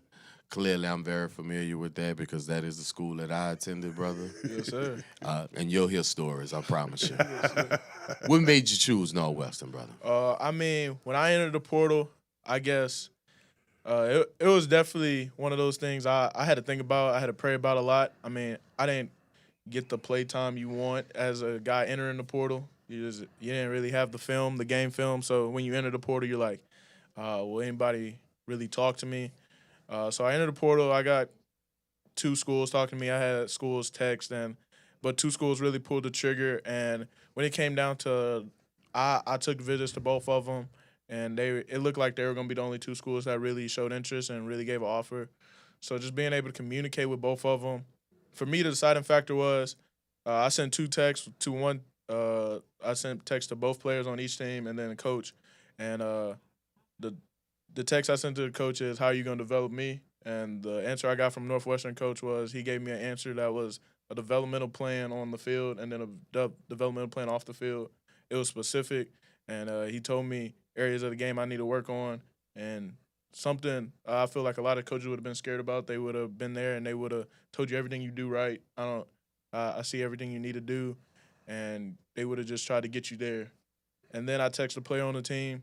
I mean, if you look at the records the past 2 years, Natchitoches is not the place people want to go. That's what I heard. They're like, they're not winning. They only won 2 games the past 2 years. But like, I texted player on the team. He's gonna be a senior next year, and he was like, he sees an upside, and he wants to bring a championship back to Natchitoches. And if I can go to a team that wants to play for each other and a bunch of brothers that want to play for each other, play for a city. I mean, I'm born and raised in Louisiana. The other school was in Louisiana. But I'm born and raised in Louisiana. Any school I can help in Louisiana and keep that culture here, and I know what it feels like to play in Louisiana and win championships in Louisiana. A city's gonna love you if you bring a championship back in Louisiana. So that just hearing brothers that want to play for each other, and hearing a culture that's trying to turn around, I'm there for it, and I want to play there. No doubt. One thing we didn't get the opportunity to experience at LSU, working with the LSU Sports Radio, was calling a college football playoff game for our school, which now we got Coach Kiffin now. I feel very high about that now. But at Tulane, y'all had the opportunity. Y'all played against Ole Miss. Unfortunately, y'all lost. But to still experience that, what was that week like of the college championship playoff game, and how was that experience? I mean, for us inside that locker room, it was amazing. It was probably the best thing we ever done. I mean, for me, we've been to bowl games, we've been to all that. It was amazing. And then I feel like also in that locker room, it also brought us even closer because you turning around, you every time you go on social media, why is Tulane, why is JMU in there? Like, they're Group 5. So we had a little chip on our shoulder. I mean, it didn't end the way we wanted to at all, but it was a great experience. Like, you get to say you played on the biggest stage. Like, all those teams that said this or that, we look at it, win your conference. Like, you want to be in there, win the conference, and we did that. And we beat other people that won. We beat Duke. They won their conference. So we looked at stuff like that, and we're like, that's just noise. But being able to be on that stage and just be there, and I personally, I've been to LSU, Death Valley, and it's rocking. I give them that. But SEC playoff, it was different. It was. Oh, you look around, no Ole Miss fan left their seat, none of that, and they had a drone show. They brought out all the works. They got their belts out. It's just like you're just looking around. So it's like wow, but like Tulane gonna be back there, and I'm happy for it. But like that was the most amazing thing I've been in. That was the biggest game stage I've been on. So it was amazing. That's huge. If y'all are just tuning in Inside the Trenches, we're joined by linebacker Harold Lawson, now former Tulane linebacker, going to Northwestern State this summer to finish out. You have a year or 2 more eligibility left, right? 2 years of eligibility left. So, and like CL told him in the hallway, lots of growing space here. My boy, listen, like I told y'all at the beginning of the segment, I trained Harold as an 8th grader. Me, Skylar Green, Carnell, all of us were Conquer Sports, and to see him grow and transition into this amazing college player has been huge. Boy, you swole like a honey bun in a microwave, boy. But I am happy to see, I can tell that you're a physical linebacker. I can tell that you're a guy that gets around. What is Northwestern State University, Natchitoches, Louisiana? What type of football player are they getting in you? Physical for sure. And I really, me and my other roommate, we both play linebacker, and we have this talk every day. Like, we would be watching linebackers, and we looking at the draft, and we like, they keep saying the word physical. If you a linebacker on the D1 level, if the first thing that's sticking out about you is your physicality, that's a problem. You've been playing linebacker since you were a high schooler. Like, if you're not physical at this point, you don't deserve to be on that field. Like, if they got to teach you how to hit a person or just bring your shoulders behind them, that's not it. So, like, physicality, I don't want that to be the first thing people see. Like, you should know once you're getting Harold, you're getting a physical linebacker off rip. I think the best thing I bring to the game is my brain. Like, I'm not going to lie to y'all, if you turn on, you go watch a combine, I'm not going to be the guy that runs a 4.3. I'm not going to be the guy that touches the line the fastest. but when you turn on the tape, yeah, I bet I get to the ball first because I knew once they were in a bunch formation, they were going to run a spot route. Like, that's what I feel is the best. And I feel a lot of people are looking at this 4.3, but can he tell the nose guard that he's in the wrong technique? And that's what I look to bring to a team. I look to bring my brain. And then also, I've been in college for 3 years. It's no more you can go in and really just sit there and be not really speak up. I've been in college for 3 years. I got 2 years left. Northwestern, they told me they're a young team, so I'm looking to bring in. I've seen it. I've been to a playoff. I might not play it, but I know what a winning coach is, and I want to help them. And I want to help those guys that only have a year left and they want to win a championship on their way out. Like, I know what it feels like to lose your last year. Like, it was high school, and that hurt. I thought I was done playing football my senior year. Like, Tulane didn't offer me a PWO till February, like, right before signing day. So I was like, football's over at this point. So I know what it feels like to put down that helmet and be like, oh, football's not there. So anything I could do to be that leader on the field to help them get their championship their last year, I want to do that.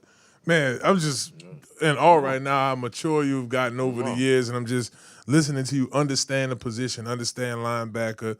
You know, with us, I mainly taught you to rush from a 2-point stand. We did some coverage stuff, but now you added, you can see how your repertoire has extended over the years. I watched your tape that you were surfing around for different colleges to look at you in the transfer portal, and I got to commend you. A lot of times it's very difficult, especially at a growing program like Tulane, for guys like you to get playing time. So your work ethic has definitely been there. What has been some of the challenges here over the last, I want to say, 2 or 3 years to fight for that type of playing time and, you know, to even position yourself to even get looks in the portal? I mean, that's a great question. I would say I went into a class that already had 3 scholarship linebackers. When I looked at the roster, I was like, it's going to be hard, but I was able to get academic money. That was ultimately my deciding factor in high school. So it was Tulane degree, and you're going with your tuition pay. You just got to pay for room and board and all that. So, like, for me, that was the deciding factor. But when I got there, I mean, you have a picture in your head. You have a plan. It's I'm going to go there. I'm gonna work my tail off, and then I'm going to get a scholarship. And it just didn't go that way at all. And it changed a lot as I went on.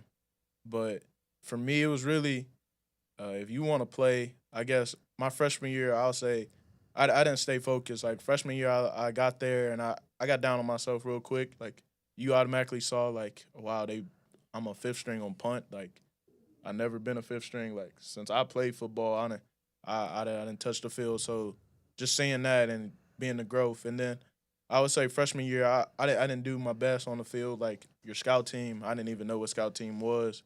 So I got there, and freshman year, and then I guess after that, we got a new coach, and that really changed a lot for you. Like, I guess a lot of people in their head, you hear new coach, new perspective, new eyes, first impression. So I guess new coach showed up, and they really changed my perspective on a lot of things. But I feel like I got back into that mindset of when I was in high school. Like, high school mindset was like, nobody's coming to save you at this point. Like, I remember my sophomore year, I started as sophomore at Catholic High. Like, in my head, like, I just started. I mean, there's a lot of good schools, a lot of people going to argue, but in my head, I was like, I just started a sophomore at the best school in Louisiana, and I was like, nobody even looked at me. I didn't get a text. I'm sending every coach on Twitter, DM, trying to just get somebody to respond. I'm looking at people leaving me on red. So, I mean, I got back in that mindset that nobody's coming to save you, that if you want to make a change, so I'm getting extra work. I'm trying to figure things out. And, I mean, over years, I saw little growth every day. I'm growing on special teams, and then just taking scouts serious. Like, you get a chance to go against the ones. I knew, like, if I got a chance to play, I'm going against the ones on our team, which I felt we had one of the best offenses all my years I was there in our conference. Sure. So if I had the opportunity to make a play against them, I can make a play against any other. So it was just the mindset of that you have to think that if you think the portal's there, a lot of people see the portal as a safety blanket. For me, I didn't want to hit the portal. I wanted to ball at Tulane, a Group 5 that's going to the playoff every year or in the contention. So, I mean, over my head, like, my first few years, I'm not going in the portal. That's not a safety blanket for me. It's either you swim or you drown. So I had that mindset, and it just didn't. I had to talk with my coach, like, once I graduated, and it was just like, for me, best, you want to play football, you had to hit the portal, and me and him had that conversation. And I always respect him for being real with me. Like, a lot of coaches, they don't want to recruit and go get the depth at linebacker, but he had a real talk with me, and we both had a real talk, and he told me there's no bad blood over there. So I hit the portal, and I took the chance on myself. But I'm still with that same mindset. It's swim or drown over at Northwestern. Like, I'm not going in there asking for no handout. Like, I want to earn it. And if I go over there and the dude's better than me, give it to him. I want to win at the end of the day. Right. So I'm going over there to swim or drown and play my ball. Well, baby, it's all over with now. Because now you're the big man on campus. You're an NIL transfer. Probably got that bag, too, going to negatives. I got two phrases for you. Meat pies and the Christmas lights. Yeah, the Christmas lights. and you know, shouts out, because I should be there one day in life, Louisiana Hall of Fame. But now you're the big man on campus. What is your perspective on how you're going to attack that situation? Because now it's like your whole career done started over. You got 2 years of eligibility. How do you plan on attacking being the big man on campus at Northwestern State University? For me, it's just stay grounded in the faith. Like, for me personally, don't let that fill up your head. Like, I feel a lot of kids get that 5-star rating, and then, like, that's the first time they've really seen the top. I've seen, they ain't really seen the bottom. So I've seen the bottom. I've been on games, like, we blow out, I'm still not touching the field. So it's like, well, don't get comfortable in the complacency, because you've been at the top of your game in high school, you've done it all, and then you sunk to the bottom quick. So it's like, for me, I've been to the top in high school. It's a little different. It's D1, it's football, and for me, it's just stay grounded. You know what the bottom feels like, and you don't want to feel that again. So you can let all that get to you, but you know what it feels like. So just keep your faith in God and keep your faith in yourself. And there's going to be days, like, people are going to look at you. Every day's not going to be perfect, and it's going to be easy for everybody to look on the social media and go to Twitter and say, why do we get him and all that. But I know who I'm in at the end of the day and what I'm going to bring to a team. So just stay grounded in what I've done. Well, they ain't stood next to you, because I know why they got you. I know why they got you. Now, that's the truth, man. And Harold, before we let you go, I'm super proud of you. You do graduate from Tulane this spring, right? Yes, sir. And what's your major, brother? Exercise science with pre-physical therapy. Oh, for sure. Oh, yeah, your boy trying to get paid after he finished playing. Boy, what about to open his own? Well, see, that's his family already have. I want to give a big shout out to your mom and your dad. They already have, like, a therapy spot in Baton Rouge. Yeah, so he already he got to play. Already baked, man. You heard me? Focus on football. Man, Harold, what we love to do with our guests, that's your camera over there. You have a very interesting story, because you betted on yourself. You didn't have the full scholarship like most people had, and you still touched the field at Tulane and went pretty far. So I think that's huge. You have the blueprint to that, man. Talk to the young player that was the Harold Lawson coming out of high school, out of Catholic High, adjusting to college. I'm gonna tell you right now, it's not gonna be easy whether you're a 5-star, 3-star, 0 stars. You know, got an offer. Some people have a support system, some people don't. And sometimes you just got to bet on yourself. And a lot of people are going to tell you, oh, you keep working, they gonna find you. You just got to work it. Just believe in them. Like, they going to come to you. They going to do that. I'm not a big fan of that. I don't like that saying. At the end of the day, you going to find a way. You got to find your way out. You're drowning. You feel like there's nothing else you could do. You just got to keep swimming. At the end of the day, you have to find your way out and find your way to the top. And it's as simple as that. If you show up every day and work and just keep grinding, you're going to find your way. I mean, in high school, I felt there's no way I don't get an offer. Like, I'm playing at a 5A school. We going to state championship. We in contention every day. And people, there's no way. I'm looking at state championship. I'm looking at all our games. We playing 5 stars. There's coaches all around. Not one of them talk to me. I'm walking back to the locker room. They're interviewing everybody but me. And I just walk to that bus every day, and I made a promise to myself that one day I'm going to prove all them wrong. Big shout out. The first person, I always commend her. My first ever interview in high school, and I remember these first 2. It was Jared Rozier and Chessa Boucher. The only 2 people that interviewed me in high school. If you look up my name, those are the only 2 interviews that are ever going to pop up. So I owe them big respect, and I've always told myself, when you get a chance to interview and people are watching, you give them a shout-out, because they were the only 2 that really saw me and gave me a shout-out. Chessa Boucher gave me a whole little segment on the news, and I've always commended her for that. So, like I said, you're going to find your way, and there are going to be a couple people that believe in you, like Coach Fave. I mean, when I met him, I was supposed to play DN. I was ready to put my hand in the ground, come off that edge. And I went to high school. They said, you got to play linebacker. I went to Coach Fave. I said, I don't know how to play a lick of linebacker. I looked terrible my first day. And he trained me. And every day, high school, every Sunday, Saturday, I'm driving to New Orleans, or he's coming to Baton Rouge to train me. And it's guys like that. It's support people like that. You only going to have 5 people that try to support you.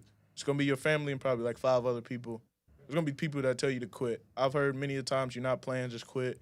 Come be a frat boy. Come just play ball in the rec. But I told myself I'm going to find a way to the top, and I'm going to find a way to do it. So if you have those people that support you and they believe in you, you have no reason not to believe in yourself. And then when that all vanishes, you know you got faith in yourself, and you know you got God. With God, you're going to find a way. So don't believe that all these people that didn't believe in you are going to come see you, and they're going to believe in you all of a sudden. You got to make them believe in you, and you got to show them that at the top is lonely, but at the bottom is even lonelier. So you got to believe in yourself and just keep digging. You going to find a way. Don't believe in that saying, oh, they going to come see you. You got to find a way. That's huge, man. Well, man, Harold, that was big, and big ups to the Conquer Sports shout out with us. I'm Shouts proud out of you. to you, brother. Shouts out to you. Yeah. This is why you're going to go far. You can play this sport as long as you want with this right here. You on ESPN now, baby. Yep, definitely. You on your way up. He's Harold Lawson, Harold_Lawson 56 on Instagram. Follow him. He's a grinder. Y'all be sure to check him out this football season. He's going to get his shine on out there in Northwestern State. Oh, for sure. The MVP of the school, CL right there. Alumni, everybody. Most valuable player. Yes, indeed. So Harold, man, I want to thank you once again for coming on the show. Don't be no stranger. You got to come back and let us know how it was at Northwestern when you come back on your summer break. I'm going to come see you for homecoming. Definitely. Bet that. Yes. You're going to know me when you see me. Y'all don't go nowhere. Y'all don't go nowhere. We're going to take a quick break, and we'll be joined by Deezle, the producer, baby. Sure. Y'all know him from On Mrs. the track. Officer. Lil Wayne's one of his greatest albums was The Carter 3. He's a guy who worked on it. We can't wait to talk with him. And, yeah, man, it's Inside the Trenches right here on ESPN Baton Rouge. Don't go nowhere. We'll be back. Hello.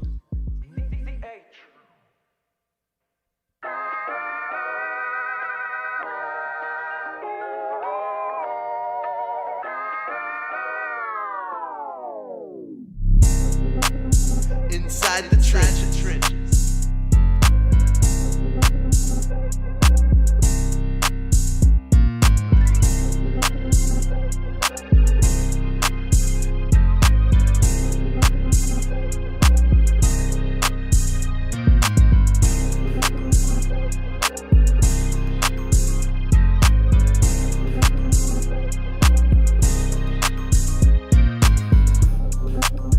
Inside the trenches.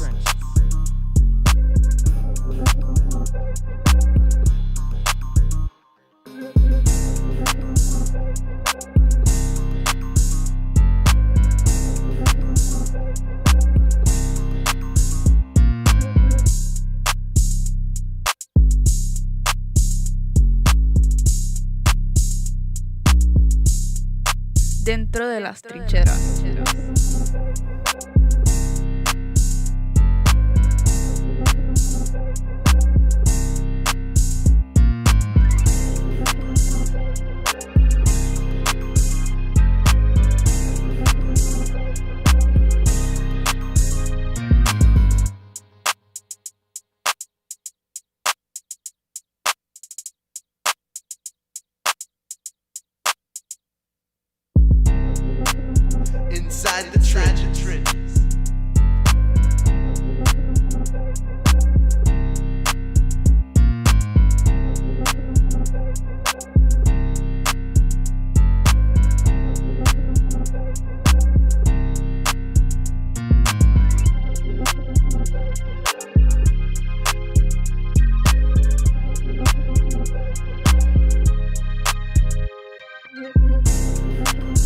Inside the trenches.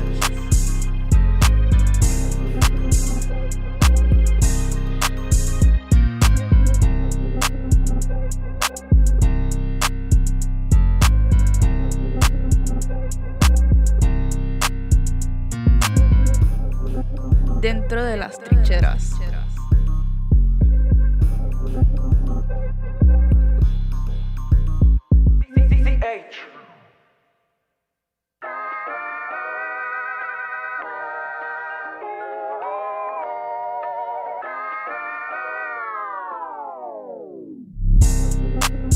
Inside the trenches.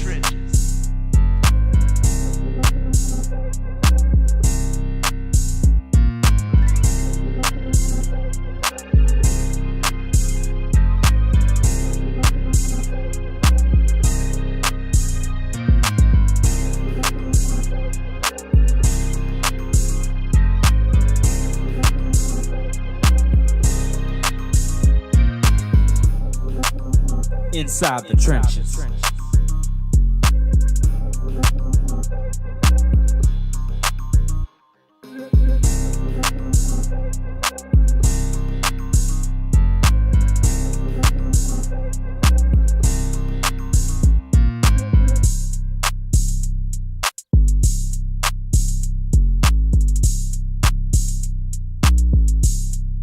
Dentro de las trincheras.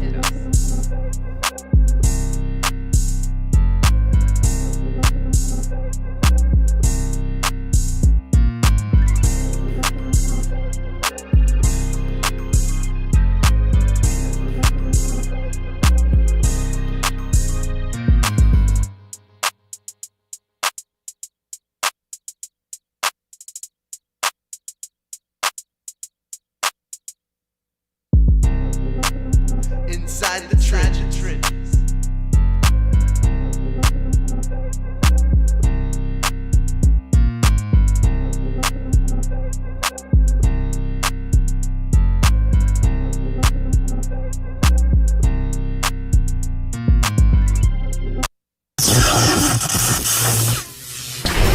Conquer Sports Professionals.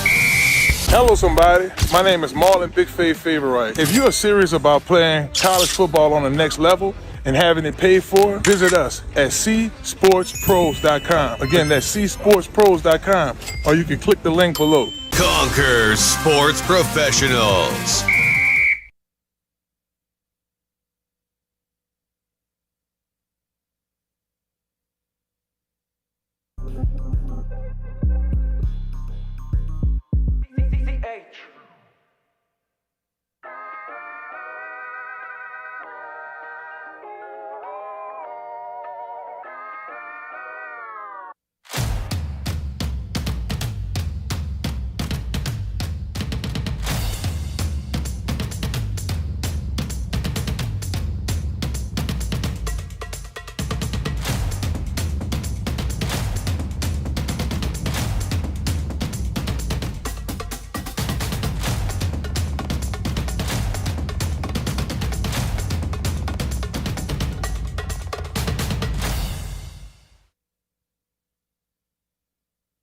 Inside the trenches.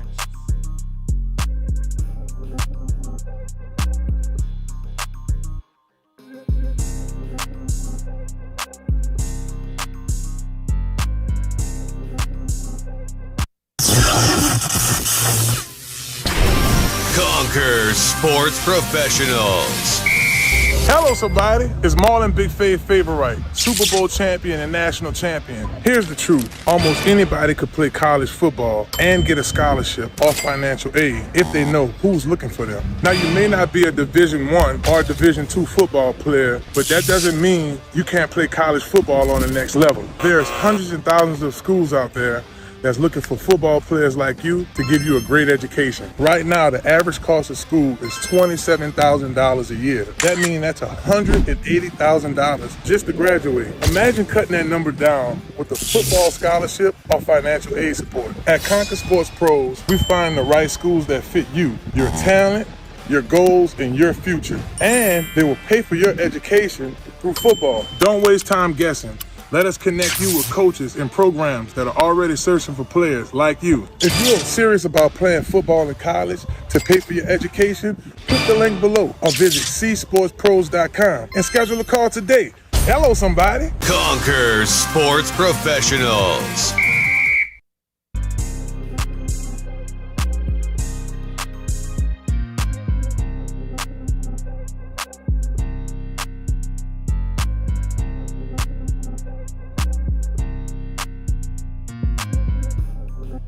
Dentro de las trincheras.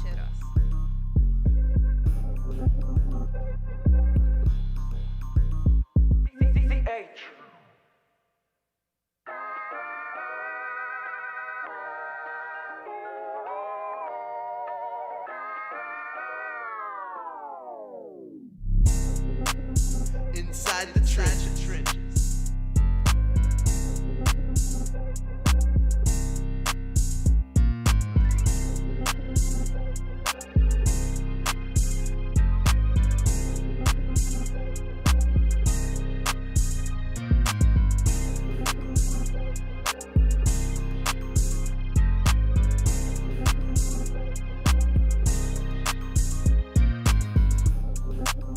Inside the trenches.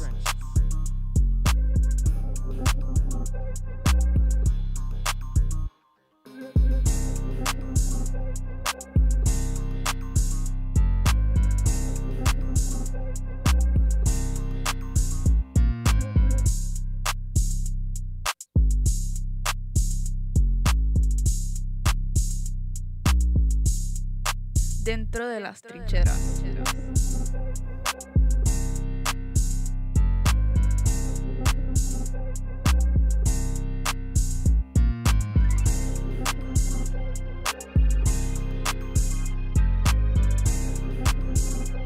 Well, hello, somebody. It's time to move your body. I hope y'all enjoying the show right now. Shouts out to our guests that came on so far. Midnight, going off that midnight. Shouts out to the John Curtis Patriots bringing back the state championship basketball home. So big ups to Jakari for coming on the show.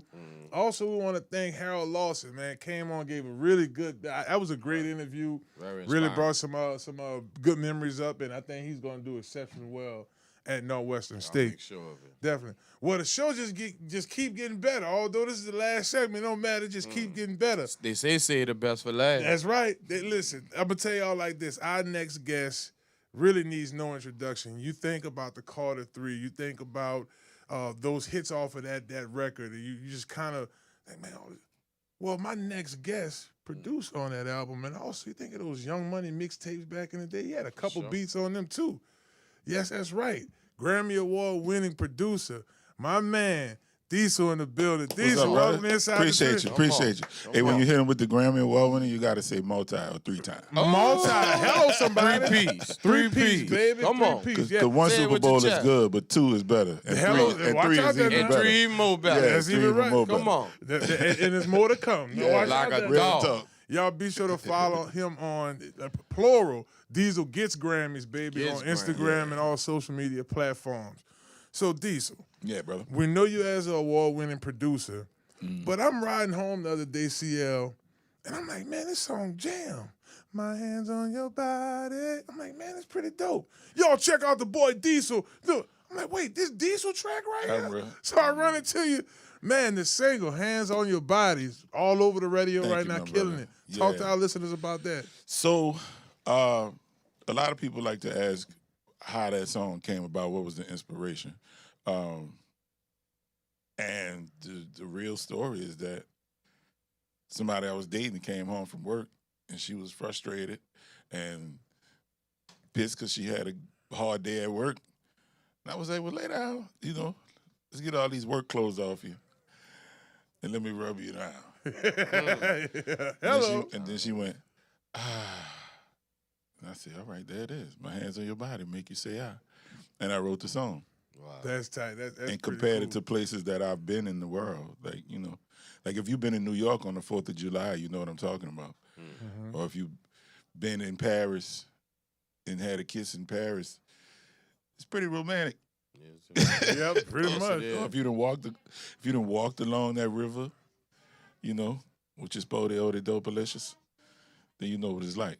So it's been really successful. So far, we peaked at number 32 with that record as my first record that I'm actually promoting as an artist, getting back in front the camera, in front the scenes. No doubt. So yeah, we broke top 40 in 3 months of working it, and like you said, it's all over the radio, bro, and people, when they hear it, they love it, and they go like, man, it don't sound like nothing else. And I'm like, that's the point. It ain't supposed to sound like nothing else. Right. So I'm excited and ready to see what else comes from it. Well, I got a 2-part question. Okay. Because I just love it all, brother. First of all, please tell the people where you're from. And second of all, tell us how you got started in the music business. All right. So originally, my family's from Holly Grove and Elm Street in Bunch Village in Metairie. So my mama's side of the family, I used to sleep with a butcher knife because I thought Freddy Krueger was going to come. Butcher knife killer. Yeah. I thought Freddy Krueger was coming. And then, and we from the 17th in Holly Grove on my dad's side. But then we moved to the East. I grew up in the East, and, D1 was across the street. Currency, my little cousin, was one house away. And the way I got started was I had gotten a nylon guitar, and I couldn't play guitar. But I wanted to make songs, and I would just pluck one finger at a time, just trying to figure out what to do with the thing, because I had no clue. And I didn't play guitar, play piano at that time, but I did play alto saxophone. So in elementary school, I played alto, and I was in the school band, and I was getting first chair and first place at the music educators competitions and stuff.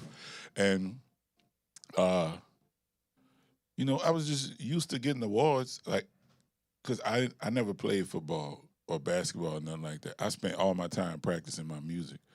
So, because I wanted to be the best at it, or close to it at least.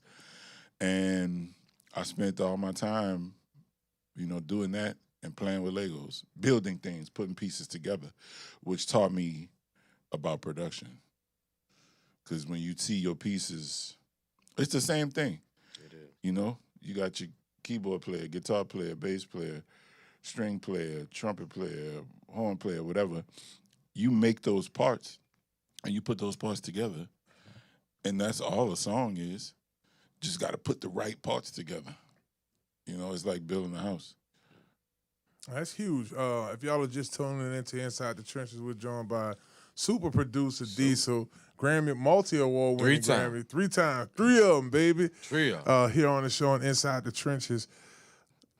I first heard about you from Lil Wayne. Before I actually met you in person, back in 2008, when the Carter 3 dropped, you were all over that project. Yeah. What was it like working on arguably Lil Wayne's biggest album? I mean, at a time where hip-hop was quote-unquote dying, y'all did 1.1 million records.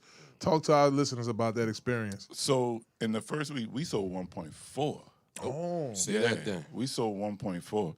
And that was, like you said, the time that they said hip-hop was dead and that people wasn't selling records.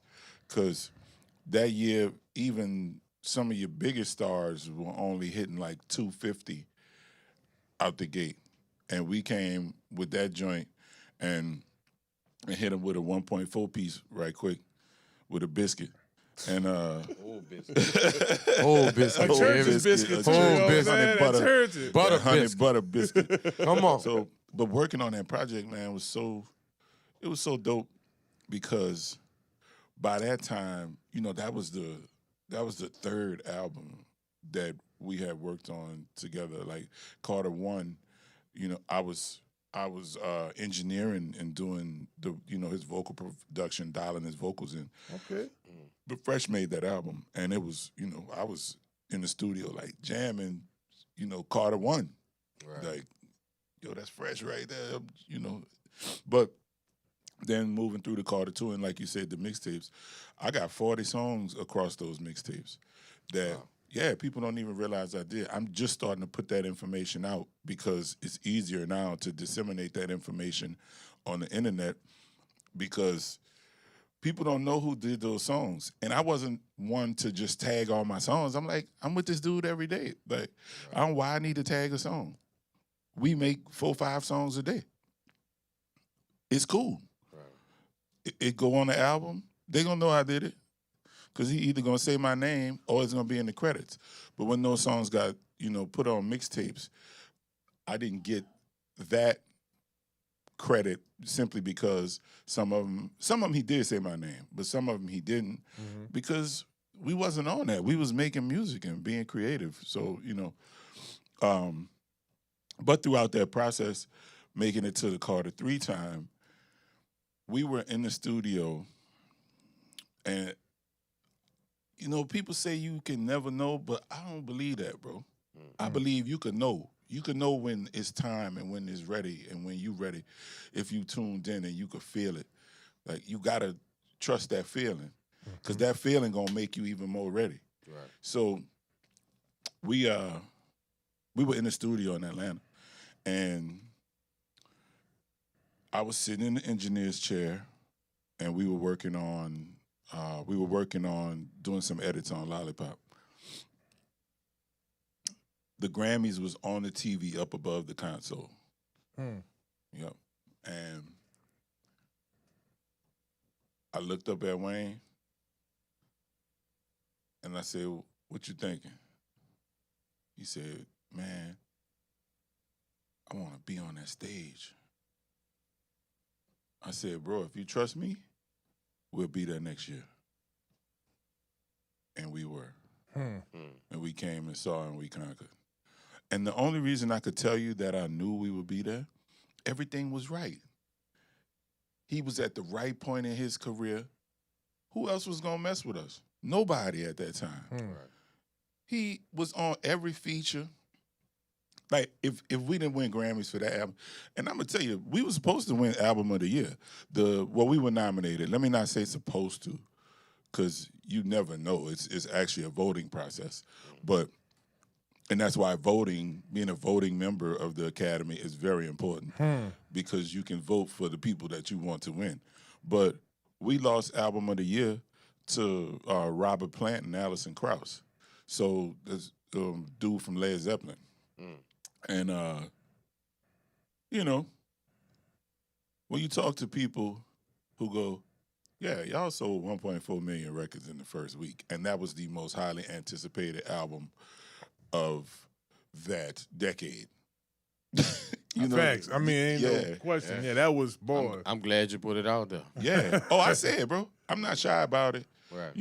I'm not gonna walk on stage and take the mic out of Taylor Swift hand, but but I'm gonna say what's up. My boy now. I'm gonna say what's up. Before you go see, go ahead. I'm gonna go ahead. Well, first of all, we got a lot in common because I played alto saxophone. Oh, you did? Oh, for sure. Fire. For sure. Actually, for Livingston, under Dow Dickinson. Oh, you went to Liv? Oh, for sure. Oh, under we got a lot in common, bro. We're gonna have to rap. Yeah. Brother, I'm a dinosaur. Times has changed. Times has even changed since you guys made those albums. Right. What makes a hit song today? I think the same thing that make a hit song from the beginning to now. The beginning of actually recorded music or even tribal music, whatever. It's the elements, bro. It's melody is king. I'm gonna do something right now, and you're gonna be able to tell me who it is and what it is. And you're gonna be able to tell me what they sell. Ba-da-ba-ba-ba. I'm loving it. At McDonald's, that's a melody. That's all it is. Right. Ain't no beat. Right. But you know that. Right. And that sucker is sticky. And you know they got hamburgers and fries. Like a dog. Like a dog. Like a dog. So, for me, it's sticky melodies, strong melodies. I don't lie to myself and be like, oh, yeah, this is great. Nah, if it's trash, throw it away. Toss it. When Common said, y'all need to do more deleting and less saving. Remember when he said that on that record? That's a bar, yeah. But the right parts. And you know, I believe in simplicity because I'm not making songs for me and I'm not making songs for musicians. I'm making songs for people who need to get in their car and jam and don't need to be thinking about nothing and just enjoying their ride to and from work or to whatever club they're going to. They could sing and they could feel like they could sing it. That's why I like Even My Hands on Your Body. Bro, I was a voice performance major in college after majoring in pre-med at Xavier. But I don't make songs for singers. I make songs for average Joe who can't really sing but would like to get in there with me and get down and sing, you know, what he feel he could sing. Or she feels she could sing, or they, them, whoever. But it's gonna be, for me, it's gotta be fun, you know, and it's gotta be something that sticks that people can't get out of their head. Because first thing, when I saw you the other day, first thing you did was, my hands on your body. That song was stuck in my head, dog. So, you know, that's to me, that's a hit to me. Mm-hmm. When it gets stuck in somebody's head and you could intentionally make these things stick, I don't need it to be all super. You know, say that for the cats that do that. Real quick, we got a few more minutes here on the show. Okay. All right, I want to get to what's coming up. In April, you have a couple festivals you're going to be participating in. But before we get into those festivals, Mac, Sonny Patterson, Young City, you working with. Man, Nas got next. That little kid's been grinding, bro. He was on the stage for Mardi Gras Day, too. I was up there with him. Yeah. Definitely. You got right there, brother. I made his single. That's no and that little doubt. dude's been grinding, That bro. need you. And he was supposed to come on. I gave him the number. And he was supposed to come on the show. Yeah, well, that's like little brother, right? Man, I actually trained that kid with football before too. Oh yeah, he did. Yeah, play he played football first. Boy, this shit is something else, Yeah, and then I this saw shit is him at something the else. when me and Deezle was at the MusicCon last year. Oh, I yeah. saw him there. Yeah. Man, he hustles, bro. Yep. I'm proud of that kid. He works. So yeah, talk to us about the collaborations, Young City. If y'all don't know Young City's from making the band. So we've been friends for a long time. I met City when he was 15, and he was freshly on the band then, or in the band, the Making the Band, and he came and did a guest appearance, like a cameo in a video for artists I was working with, who is Kunta Fly Snooker right now, but they used to be called Bayou Boy and Manny Lee. Okay. And City came and did us that favor. Me and him click-clack and got cool on a music tip and then became friends. After the storm, I ended up in Atlanta. And next thing you know, he was at my house almost every day working because he's a real worker. But everybody I work with is like that. Him, Mac, Nas, Crucial, Sonny. Mark Damian. Yeah, Mark Damian. Yeah. All these people really, they about working. Because I'm about working, man. I'm like, you know, this how we share our art with the world. And if we hold it, it's just songs on the computer, you know? That's real. That's real. Brother, you're such an inspiration. You know, we met just the other day. And it's no secret. And I said it in front of him. Mm-hmm. I got to be one of the biggest Mac fans. And I tell him I have no problem telling him that. Right. And you're very inspirational, brother. But tell us what inspires you. So, let's take an artist like Mac, for instance, right? I have my own inspiration for my own stuff, but when I'm in producer and co-worker mode, so like with the album that Mac and I are doing, he came to me and he said, man, I got this idea. I want one producer to do my album. And he said, I want it to be you. I said, serious? He said, yeah. I said, man, you know I never heard your music.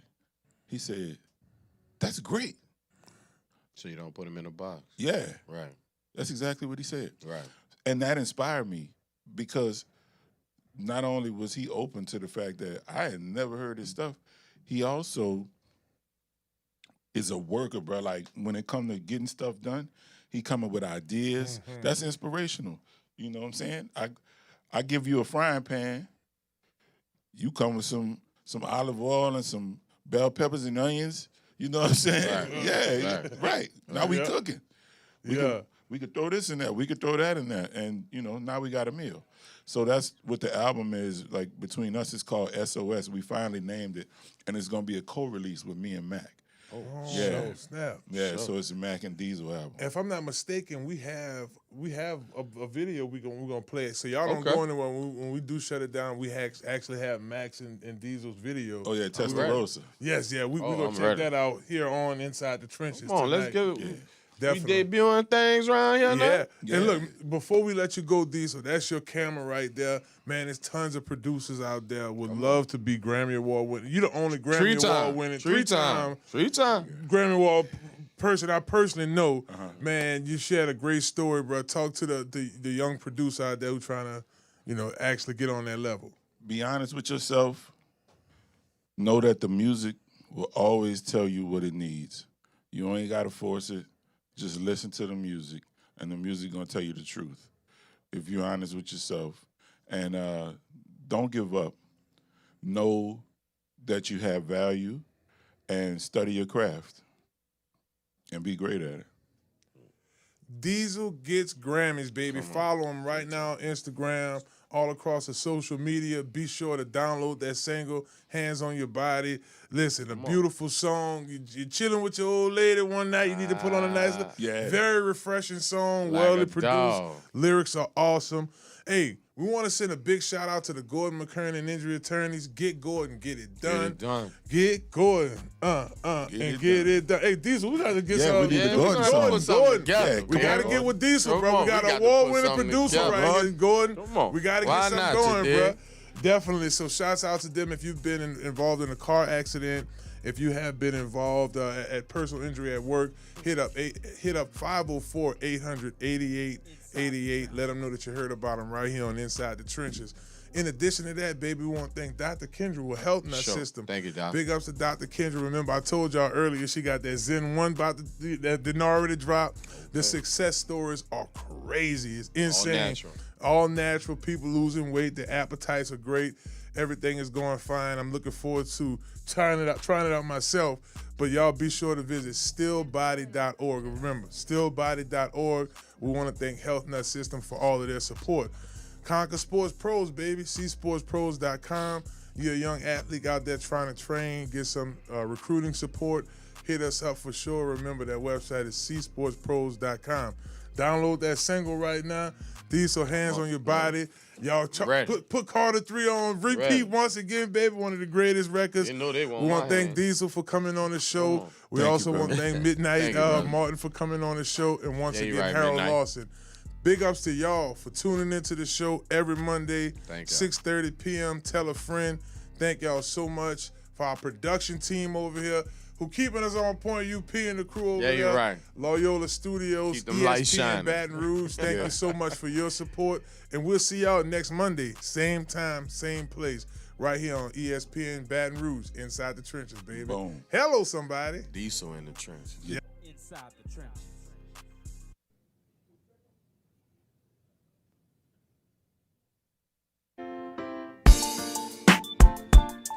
Yeah. Once again, Uptown Slim is on the microphone.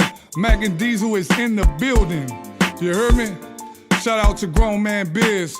My homie Boo, my homie Wiz is in the building. UP. Shout out to y'all and the whole crew. Hey, yo, Deezle, what's happening? Red dress. You heard me? She had peanut butter skin. That peanut butter interior, what you know about that, baby? I've been waiting for you all my life. All my life I've been looking but for you. You know, baby, where you been? Playboy. Baby, where you been? Check it, see it was all a dream. I used to read them car magazines just to get a glimpse of what living large really mean. Flipping through all them pages, never thinking of wages. Manifesting what life would be like when I'm on them stages. Lamborghinis and Porsches, Bentleys and Rolls Royces, all of which I admire. Only one I adore was something about that rosa that made me feel closer to everything I imagine. All that I am supposed to become in a crazy world. At the red light flirting with some Mercedes girl. And everything I envisioned, I wrote with precision with hopes they would listen. Never knowing that prison was someday alter the mission. Still. Red dress, peanut butter skin. You know what I'm talking about? Listen. I've been waiting for you all my life. All my life I've been waiting for you. You know, baby, where you been? No doubt. Baby, where you been? Listen, check it. A Motorola to my ear, talking about nothing but one of my piece. Downplaying how good it feels among the elite. Can't be in the spot too long, gotta keep the mystique. Just know that when big boys play, we do it for keeps. Mike Tyson had a fight last night and I had seats front row. Some shit I can't pronounce on my feet. Just met with a millionaire who said to make life easier. In 30 years he'll introduce social media. My tour starts Friday. I'm the biggest in the world, my opening act. Some dude with a curl singing about a Liberian girl. But the biggest name on the poster, shit, them brothers in that red chest. Red dress. Look, she had peanut butter skin. The peanut butter interior, look. I've been waiting for you all my life. All my life I've been waiting for you. You know, baby, where you been?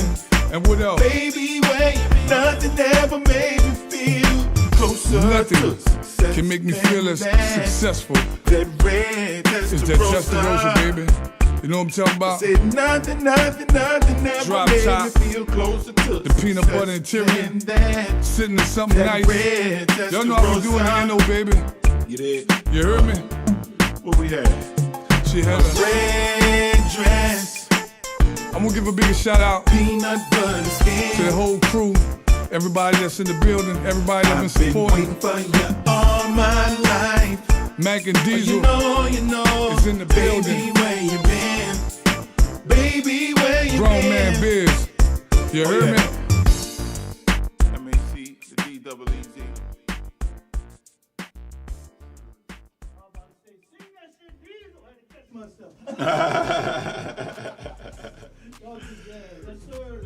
Right.